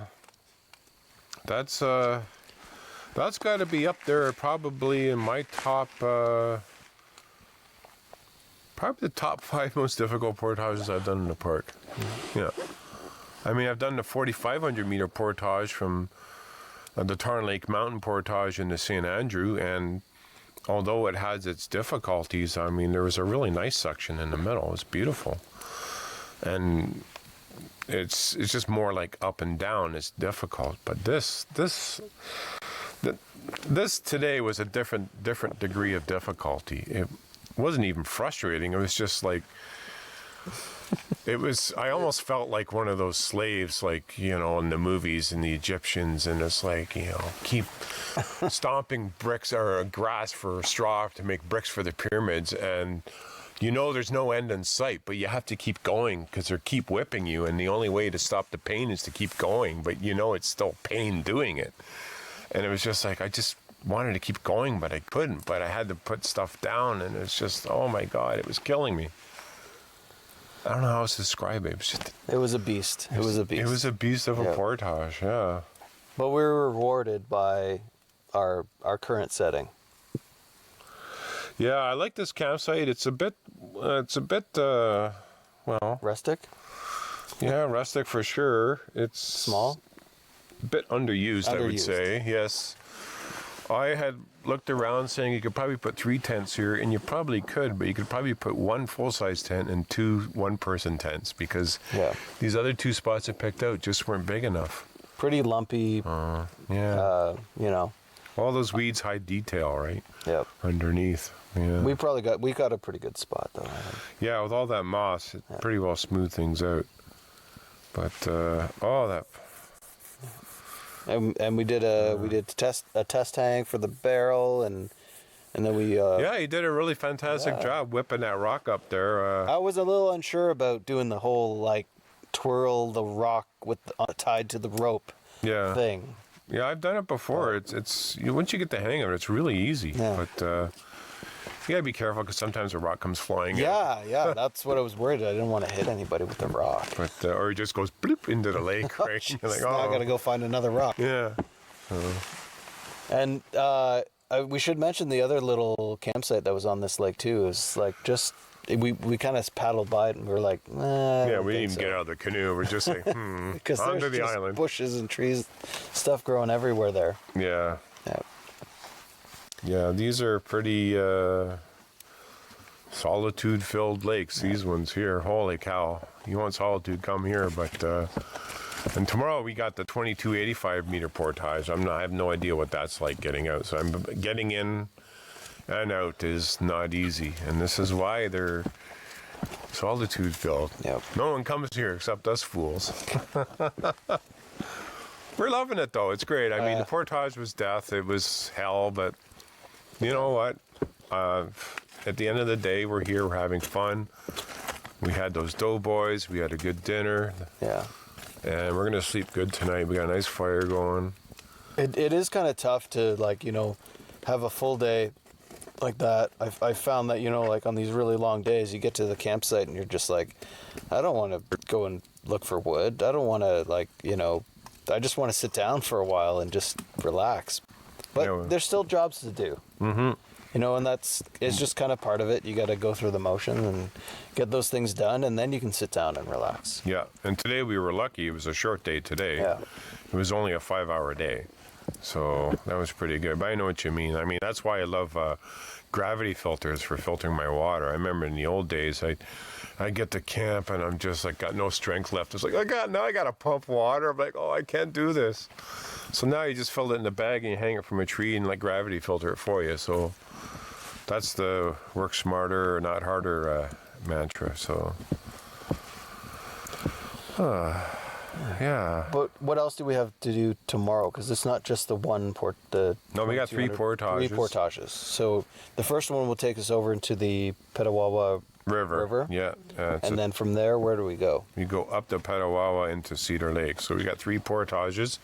We got a 2285, another low maintenance portage from here into the Petawawa River watershed. And we paddle, I guess, basically up through a bay and up a little bit to a 685 meter portage. And I know these portages, they're uphill. There's a lot of bedrock there.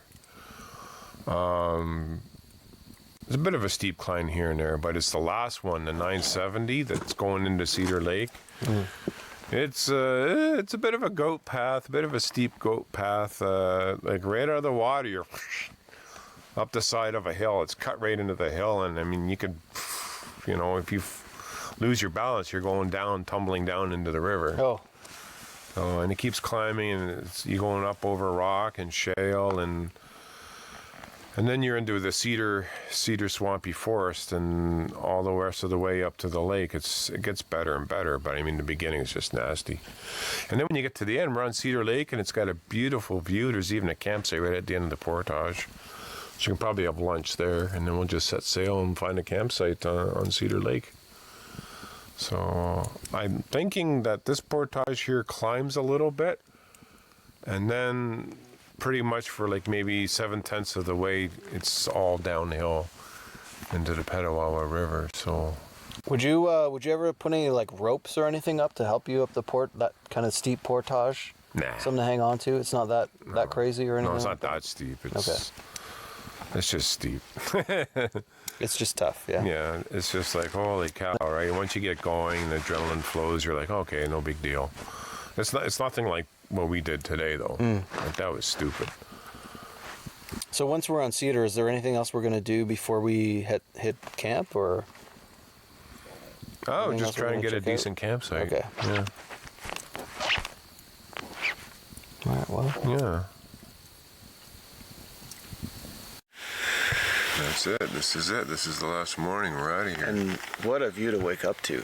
Yeah. It's kind of funny. We started off the trip, the jump off, to amazing sky in the morning. And again, Algonquin doesn't disappoint. Oh, I forgot. I'm Mark. That's Ian. And this is beautiful Algonquin Provincial Park. We're traveling through Canada's oldest provincial park in search of history from generations past. Remnants of an alligator. Find out when this was built and for what purpose it was for. Oh, wow, look at that. Join us on this adventure full of history, natural beauty, and all things Algonquin. Let's go camping. That'll dry in a hurry. Yeah! Titanium! Now this is solitude. Yum, yum, yum. Good. We're getting close to having a puddle out our doorstep. Don't push it too much, I'm hanging on. Yeah.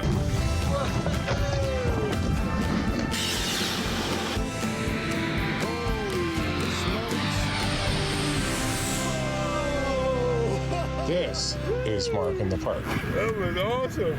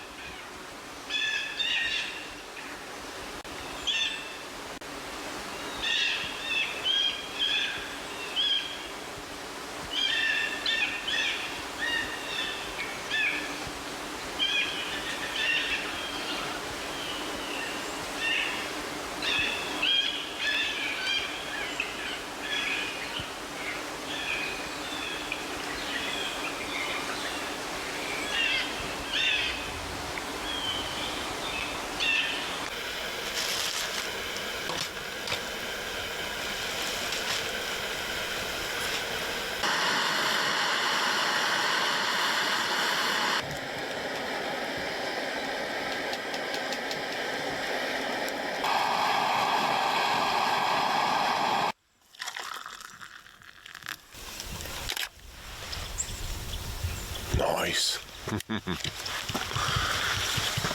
It's cool. You can see the mist is still like coming up over the trees I there. see the trees. And the trees are peeking out behind up there too, eh?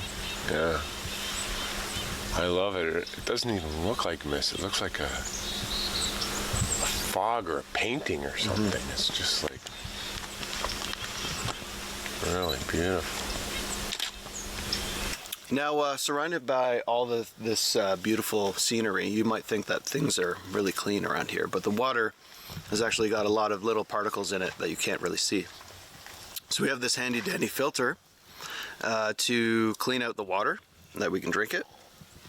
And what we're going to do, what happens is all the little gunk and stuff gets stuck in there. So what we're going to do is we're going to fill this syringe with clean water, and then we're going to backflow it. See the arrow of the water flow goes this way? We're going to put the water back through it and try and get some of that junk out so that we can continue cleaning our water for our trip. All right, so I'm going to put some clean water in here.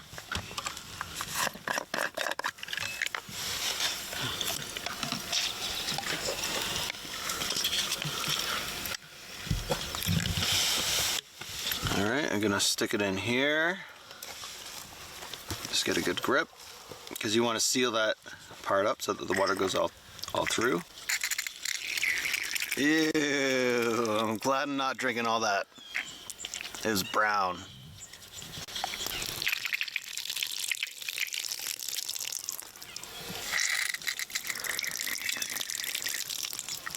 So I've done that a few times so that we can get going on our filtering again. We're going to put it back on this way. And basically what you do is the guys like to sit on it, but all you need to do is put some pressure on the bottle and it will get some nice clean water that you can drink from.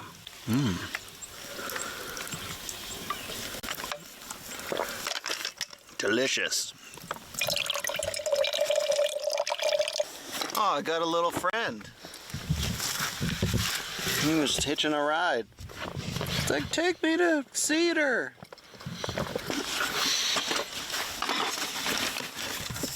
There you go.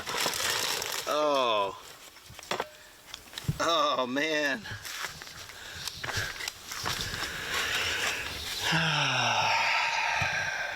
It's my war paint for today. Gotta put soap on those pans.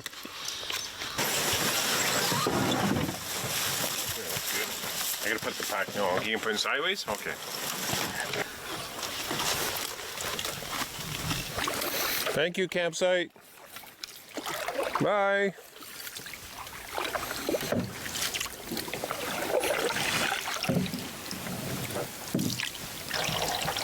Man, everywhere you look, it's a picture. Yeah. Beautiful lake. I took too many pictures today. Well, hopefully we can put some up on the wall, eh? I think so, yeah. That mist this morning really helped. Where are we off to now? At the end of this lake, there's a 2,285 meter portage down to the Petawawa River. So hopefully this portage will be a little kinder or more kind to us than the 1850 one yesterday. Yeah, so we're leaving Big George and heading down to the Pet and then up into Cedar Lake. So 3 portages, the last 3 portages of the trip are today. And then that's it, we're done. We paddle out tomorrow and trip's over. What do you think of that? Well, I'm looking forward to the shower, the hot shower, but it's been a lot of fun. Yeah, and the weather's just been getting better and better now every day. So, yeah, I wouldn't mind getting back to a little bit of the luxuries that civilization can offer. Hot shower, cold beer, hamburgers. You know the drill.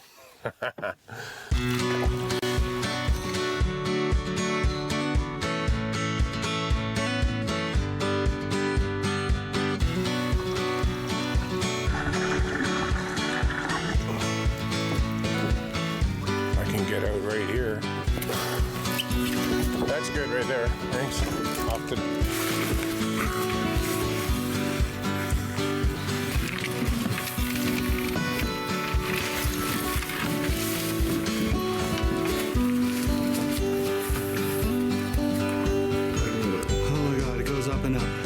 Can't imagine doing this in the heat of the summer. We're gonna blow down. Need to cross over.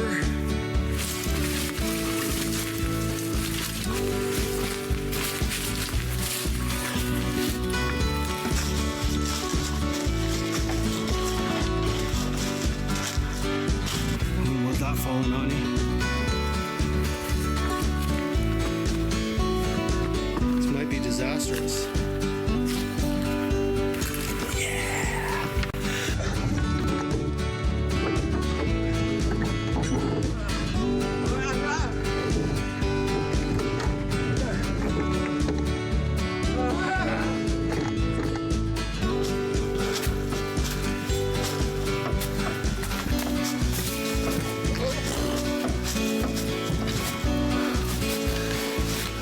My third break. I'm not counting myself today.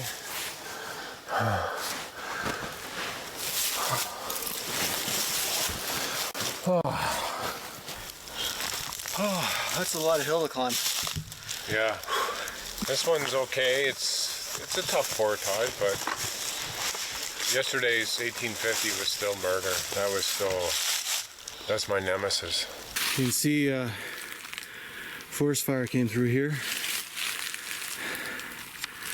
Lots of evidence of it. A little bit more.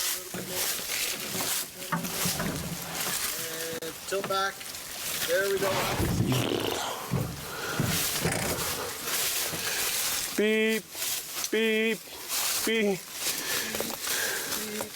Holy cow.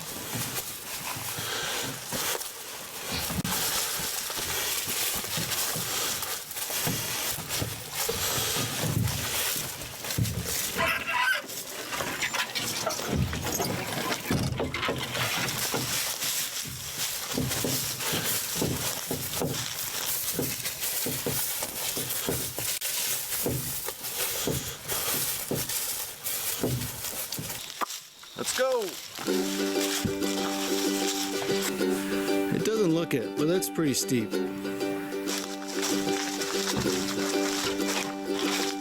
This part is even steeper than the last.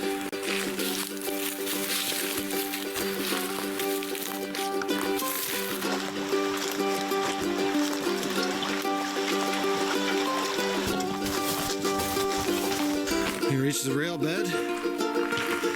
See the slag on the ground?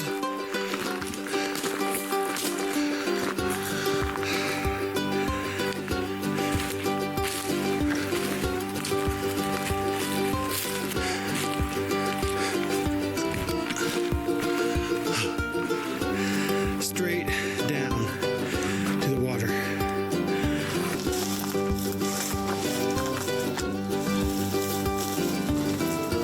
That was one tough portage. I would not want to be going on this portage in the other direction.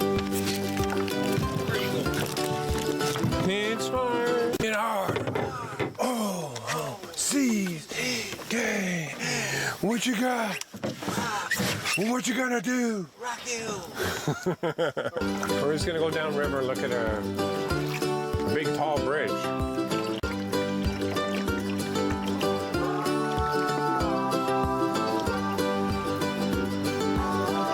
Got 2 more portages to go, a 685 and a little bit of a beastie 960 into Cedar. So let's head up there and get them over with.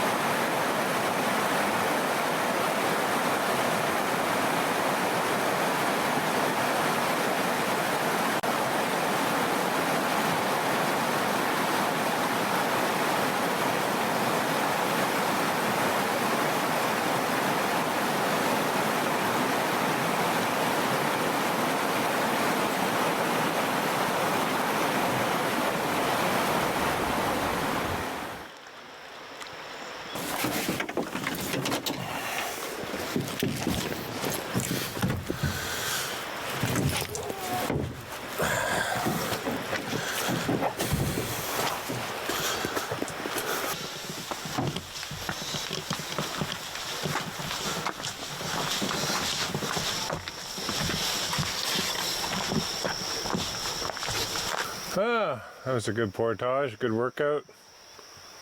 Really rocky. Whew. But it's done. 2 down, 1 more to go.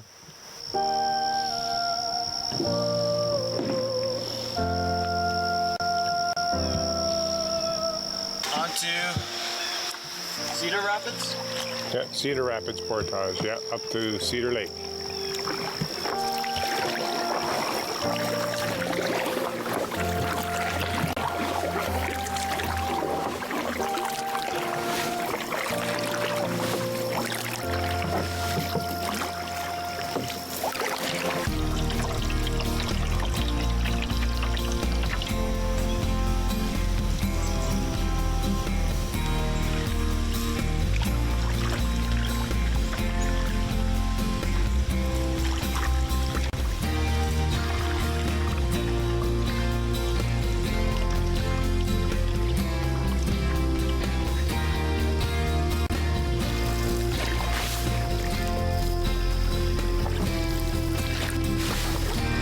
Last portage of the trip, 960 meters up and into Cedar.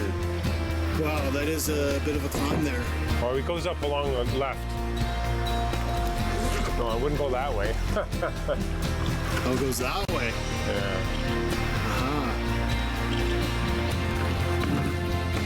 Okay, last portage of the trip. It's a doozy at the beginning.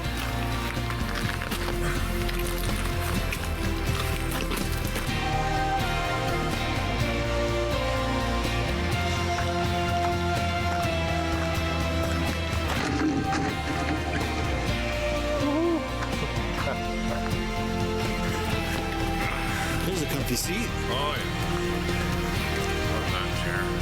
Woo! Yeah. That is a beautiful view, too. Yeah, it is. That's a nice lake. Oh, it is. One of my favorites. Gorgeous. There's the big dam on Cedar Lake here, where the Petawawa exits Cedar Lake, the mighty Petawawa. Tell me a little bit about its history, Ian. I think you're a bit of a history buff and you know a lot more about this than I do. Yeah, I was reading up on it before I left. Unfortunately, we can't go any further than this, but there used to be a huge dam here, and it was built, they think around 1850, maybe even earlier than that. And then I think by 1853, they think there was in use because there was a guy who went through like on a survey trip, and he said that it was in use. And it was in use up until I think the last drive that went through was in 1945. Wow. And I think at that time it fell into, it may have been abandoned, so it fell into a state of disrepair. And then in 1960. There was a ice damage happened to it, so it basically just fell apart. I think that they've repaired some of it over there just to keep the water level up at a certain level for the lake. But yeah, you definitely want to heed the signs and not go any closer because it could, could pose a hazard. But it's pretty neat to see. I mean, there's not much left of it. But they would have been driving logs through this part here all the way down the Petawawa River. Beautiful area of the park. It's a pleasure bringing you up here. Yeah, thanks, man. Yeah. It's great to have you as a guide throughout the trip. All your knowledge of the park, and we just did our last portage, and all of your knowledge about camping in the bush. Yeah, it was great. Yeah. We got one more night ahead of us, though. Yeah, no more portaging, so we can just hop in our canoes and just paddle up the lake and look for a decent site to crash for the rest of the night, and then tomorrow we're out of here. Cool. Yeah. All right. Let's head on down then. Okay, man.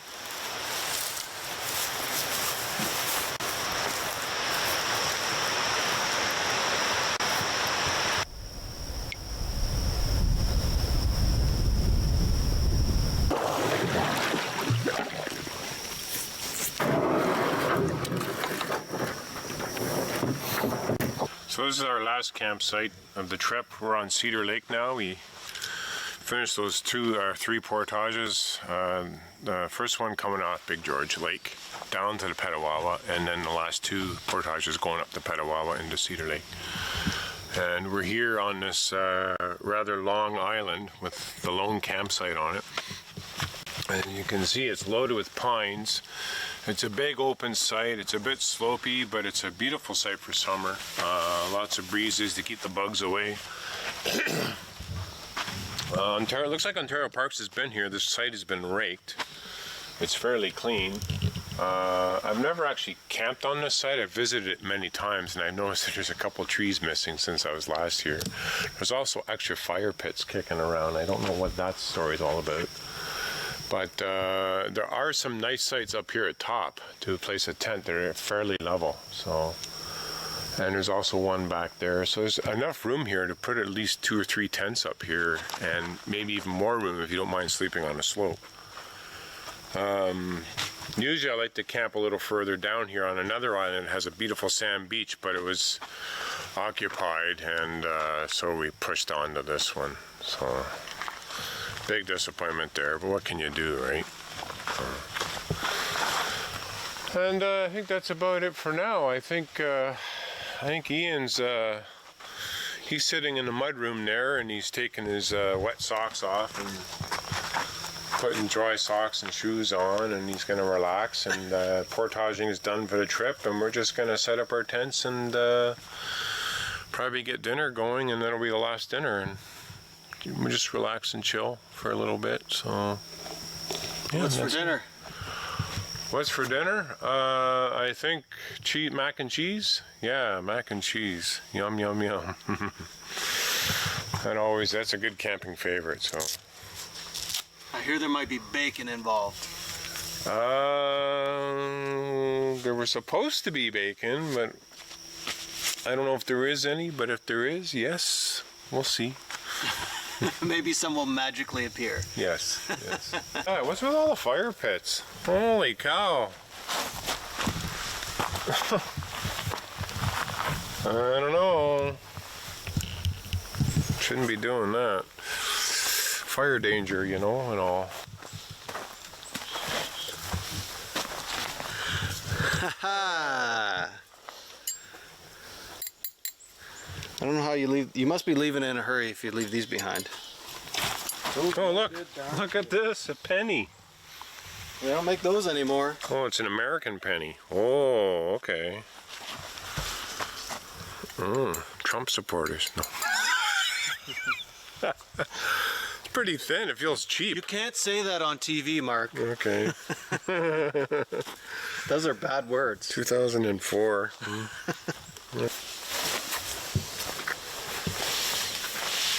Gotta love compression sacks.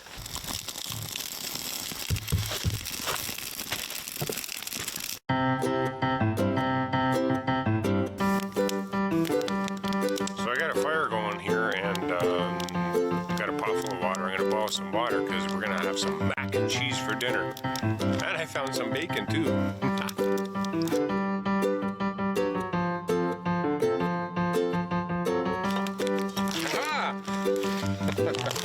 Success!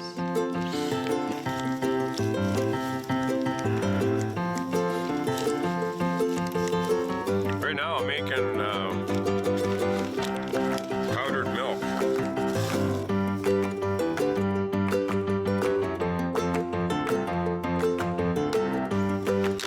Noodle time.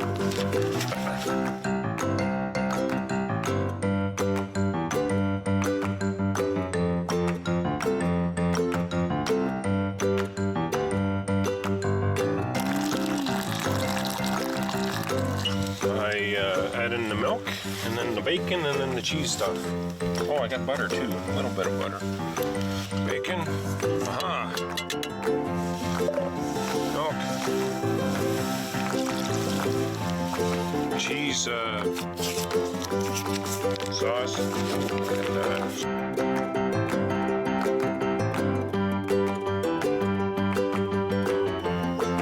and now the big stir.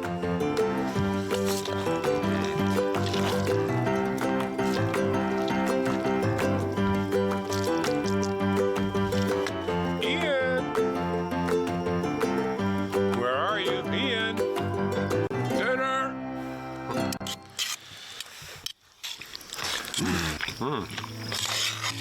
Delicious. Yum, yum, yum. The bacon's a nice element. Oh yeah, that's good stuff.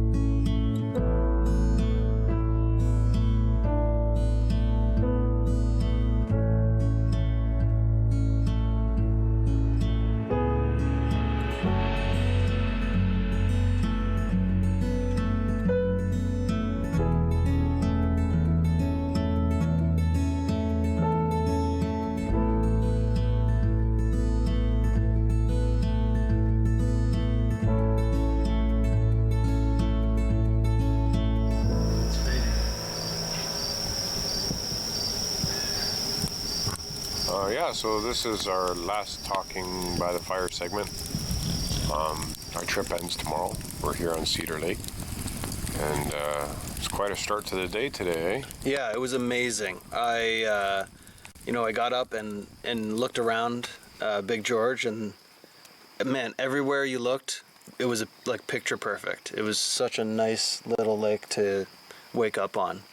A small campsite, but Yeah. I think all of the work that we put into getting there paid off, because we had solitude, Yeah. the solitude we were looking for, and just, man, like I said, picture perfect. It was amazing. Everywhere you looked was like a picture that you could take. Yeah, it was stunning. It would have been nice if we had stayed there an extra night, because we pushed ourselves the last few days, and it would be nice to have a rest day when you're in a destination lake like that where there's just nothing around and you work so hard to get there. Yeah. That was really good. I remember you throwing up the food barrel there last night with your rope, and you really seem to get the hang of it now, eh? After a few tries, finally, after trying to overhand it, I did the old spin. I know, and you did, spin-a-roo. and you got it right on that first try with that. But it's good to see that. I wasn't too sure. I didn't want the rock to fly away. It's good to see you weren't discouraged, though. I mean, some people would just give up after 2 or 3, and oh, that's it. And it's like, well, that's not it. I mean, bear could come along in the middle of the night, right? And that barrel's there. He's going to smell it for sure and go after it. So you just kept trying, and it's like, yeah, I got it, and you can hang up the food. And there have been times when I've cheaped out and just like, oh, it's too late, and I couldn't bother finding a tree, and I would just tie a barrel to a tree. And every time I've done it, I've slept terribly. Yeah. Because it's just bothering me in the back of my head all night, and you start to hear noises, and you're thinking, oh no, it's a bear. So not only does it provide safety for you and your group, and it also keeps the bear from being habituated to a food source associated with humans. You also sleep better at night. At least I do. I slept very well that night. Yeah. And then we got up, we had our breakfast, we packed up, and we got to it. We went to the first portage, I think, what was it, 2,200 meters? 2,285 meters, I believe. And that one was it was tough. It was pretty tough. Yeah, I found it was tough, but it didn't kill me like the 1,800 whatever meter portage that we were talking about the day before, my nemesis. That was just a different kettle of fish as far as portages were concerned. But the one we did today, it is a tough portage. Yeah. I would not want to be doing that portage from the Petawawa up into Big George. Like, we went the correct way to get into Big George, I think. It's hard to remember, because we did 3 portages today, and they're all starting to blend together. Because sometimes you're just saying to yourself, put one foot in front of the other. But the price, I kind of feel, and I think you would agree, it's the price you paid for admission to that solitude spot. Yeah, in there. That's why you don't see many people in lakes like that, because like you say, it's the price you pay. really got to work your tail off to get into a place like that. And a trip like this, overall, was not your typical trip that a first-timer at the park would do. Yeah. So, like interior camping. So it was a big trip, especially for you. Yeah. And even for me, there was some new routes and portages in there I'd never done. It was tough work in there, but it's work I love. You know, it's a lot of fun. I know there's a lot of challenges on portages like that, but at the end of the day, we're here at camp. We had a good meal. We're having fun. You know, a bit of banter back and forth, collecting fire. We were just having a great time, enjoying ourselves. Yeah, and you know, we got to see a lot, and we got to see a lot of history. It was a lot of fun, you know, bushwhacking through the bush to find different things, and even today we saw the bridge, the old bridge there, and the dam. Yeah, that was the dam. really cool to see, and like from looking at the pictures in the past and looking at it what it's like today, and imagining, you know, like how it was. It's definitely a special place, you know. It's got a lot of history behind it, and there's a lot of stories, and it was neat to be able to get to all of those places and see all of those things. Yeah, the trip through George was like maybe a little bit of a side trip, but it was kind of neat to see that bridge. Also, too, I was a little bit surprised the portage landing there, like the portage. We didn't do this one. The one that goes around Devil Chute. It looks like it's been rerouted, and they actually moved the takeout a little further west along the Petawawa and into like a bit of a back bay. Because I don't know why, but I just know that the original takeout was like, it was this shale-laden gravel path that was like a steep angle like this. It was silly. It definitely looked a bit trickier than our last portage start. Yeah. That one was up.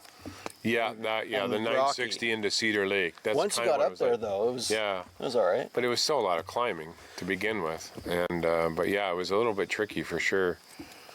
I think the food pack on my back, even though you know, we filled it with a whole bunch of different things, but at each portage, I think it kind of got heavier and heavier.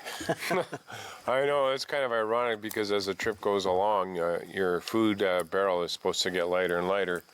But with the camera crew, we had an extra pack, so we were trying to condense all the gear down, so they were stuffing extra gear into the food pack, so his pack was getting heavier and heavier. So kind of unfair to you, but we had to get the job done. So, but we got into a routine. Carried. Yeah, we got into a routine though. Yeah, which was good. And what I liked is we single carried, and you got used to the idea of single carrying. A lot of people to this day still do a lot of double carrying, and single carrying can go a lot further, a lot faster.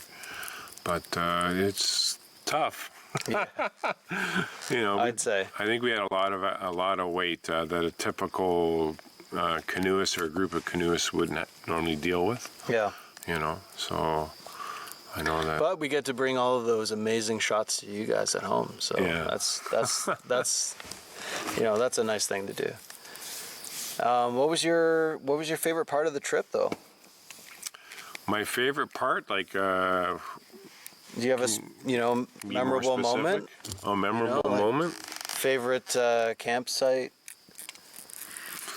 I think climbing up the cliffs of Hogan Lake was probably the highlight of the trip for me. I really enjoyed that up there. Just enjoyed the view. It was a bit willy-nilly with paddling back to camp with those waves. Yeah. But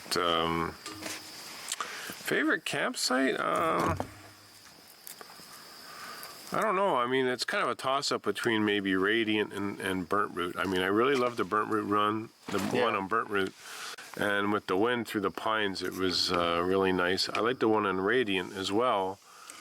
And we didn't really have much in the way of wind, but it was a beautiful sight among the pines. But there was a lot of traffic on Radiant. The planes, the helicopters, the motorboats. It was the trucks.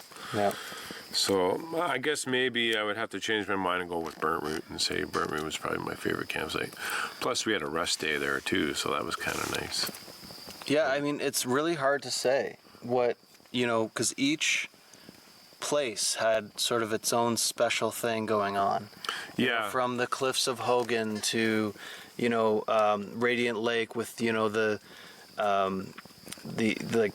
just a lot of activity and the beach and searching for the artifacts. Each place really had its own personality. Yeah, like they say, a campsite is what you make it. And like even on Lemure, when it was pouring rain, we were supposed to get showers, and we ended up getting rain for many, many hours, and we had to move our tent. It was still a fun campsite to be at. Yeah. You piled up the canoes around the fire pit, bit of a windbreak, and it made it more interesting. It made it cozy and comfortable in there. So it was pretty good. I pretty much enjoyed every campsite. There wasn't a campsite I just, that didn't put me off. I've been to some campsites that are just like, oh my God, I gotta get out of here. I gotta move on. Didn't have that experience this trip. So we went through quite a range of weather and obstacles that way. Yeah. From wind and rain, and everything was wet, and then we'd have a bit of and cold. Yeah. Yeah. We really had to be prepared to adapt. Yeah, it's especially this time of the year because the weather's starting to cool down. You're busy sweating all day, and as soon as you get to camp, you got to get out of those clothes because then you start to freeze up if temperature drops. So you want to pat yourself down dry and put on some nice dry clothes, and you can relax. Or if you have the time and the courage, maybe go for a swim and then dry off in front of a fire. Yeah. Right, and get changed into some dry clothes. Yeah, I really had a really great time. I learned a lot from you, and it was great having you there to tell us all about the history as we went along and different experiences that you had at the various places. And it's obvious that you've seen a lot of the park, and you're very passionate about it. And it's nice that you're willing to share that with people. Well, I was happy to share it with you. I'm glad you were willing and able, and you had a good time, even though I dragged you through some really crazy portages. But I think you fared it very well, and you had a good sense of humor, and you had a really good, indomitable spirit. You're just like, okay, let's get this done. So I thank you for being yourself and putting up with me and trying to push you along. We got to get there now, But it's been a blast. I had a great time. I'm glad you enjoyed yourself. That's what I like to hear. And maybe I'll come back again sometime. Maybe a little bit of an easier trip. Yeah.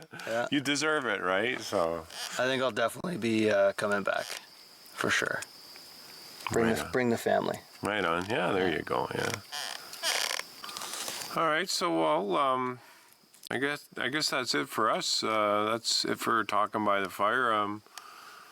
I guess maybe we got one last job to do, and that's maybe go hang the food barrel. Yep. And you can maybe sit by the fire and relax, or just hit the hay, whatever. But that's the last thing we got to do. And then that's pretty much it. We got tomorrow morning, and we're gone. Yep. So you want to go hang the food barrel? Let's do it. All right. Bye. See ya.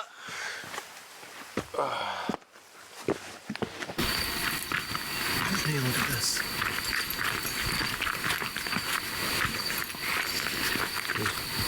I was just walking up I was just getting some water for the fire, and I noticed that there was some glass sticking out of the ground. So I started digging it out, and look how much I've found. It's a whole bottle, and it was just sticking right perfectly out of the ground. If somebody had stepped on that, it would have been game over. They would be stuck. They could be stuck here, not be able to portage. It was just so dangerous,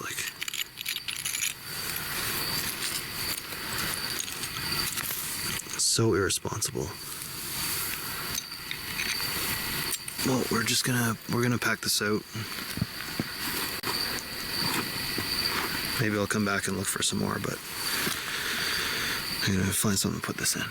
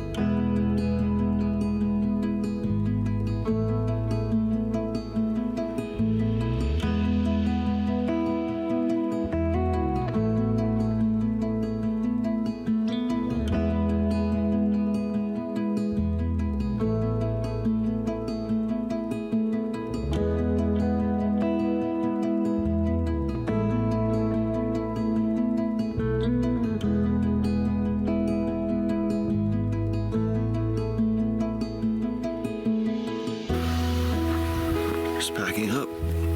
Last morning in Algonquin, and it doesn't fail to impress.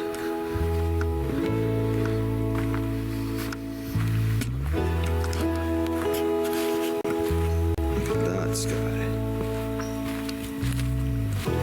What do you think, Mark? This is a fine morning, a fine way to end the trip. What do you think? Yeah, your silhouette, like we can't see you, but we're looking at what's behind. Woo-woo. Beautiful. Yes, now. Hello. Hello. Good morning. Holy cow. A little scruffy, eh? Oh yeah, big time. That's it. This is it. This is the last morning. We're out of here. And what a view to wake up to. Yeah. It's kind of funny. We started off the trip, the jump off, to amazing sky in the morning, and again, Algonquin doesn't disappoint. Yeah. Pretty amazing. Yeah, there's always something that just that makes the day special. Every day up here, whether it's sunrise, sunset, seeing a moose, hearing a loon, having a campfire, seeing a toad, just whatever it is, it's just different, it's unique, it's very beautiful. Yeah. I love it. And above all, it's the silence. For me, it's just, and listening to the wind through the pines, gonna miss that. Yeah, I'll definitely miss that stuff too. All the fish jumping, the beavers, and yeah. Do you feel cleansed in a way? Your soul, maybe, perhaps? You feel a little more relaxed? Yeah, it's definitely a unique experience that will change you. Good. Yeah. That's good to hear, yeah. Being out in nature and experiencing all these things, yeah, it's too bad it has to end. I know, you just want it to go on. Oh. The sky's getting better. Look at the reds coming out. Oh, well, I think you need a coffee, my friend. I think so too. Let me go get you one.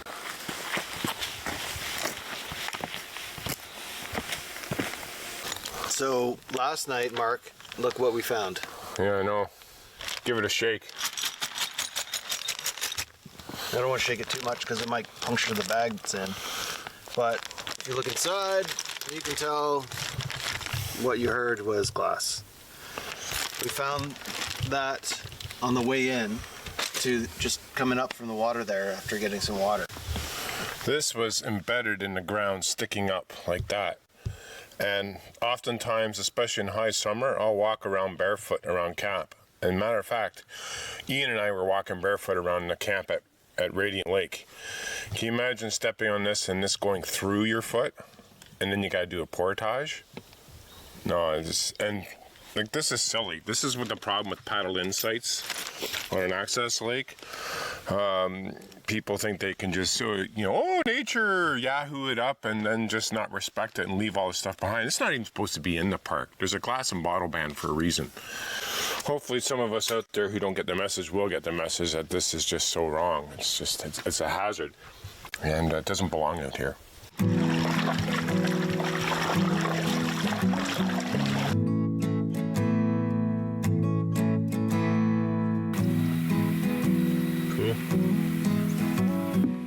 It's a big lake to paddle across. It's nice and calm, but it kind of gives you that time to think about all the things that happened on the trip as you're going.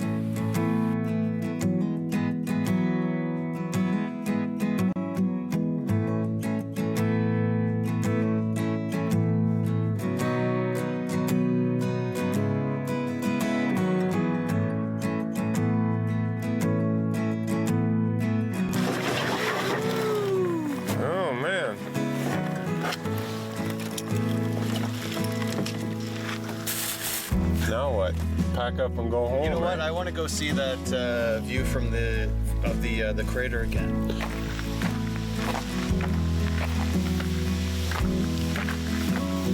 How's it look? Oh, there's lots of color change. Oh yeah. Oh, the legs are so, you can feel the legs sore coming up these stairs. Oh, yeah. Glad we're not carrying a canoe like that. Wow. Not much over there, but over here, and then look way up there. Look at all the reds and yellows, and I'm gonna miss this place. It's a bit of a double-edged sword because, you know, I am sad to leave this beautiful place, but I'm looking forward to seeing the kids and the family and the wife and all that again. So You want to, yeah, it's good to get out, but it's also, you want to go, but you don't want to go. Yep. Yeah. But yeah, thanks so much. Yeah. My pleasure. Lots of fun. Learned a lot. Ready for the next time. Yeah, you don't have to go to gym for next month now, eh? No. Oh, work. Definitely not. Good stuff.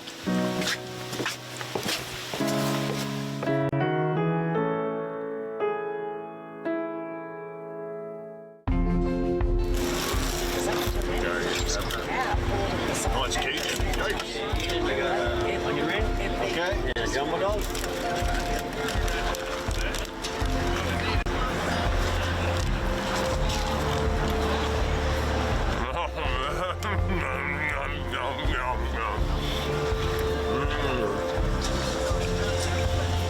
Oh, yeah, it's magically delicious. I'm speechless.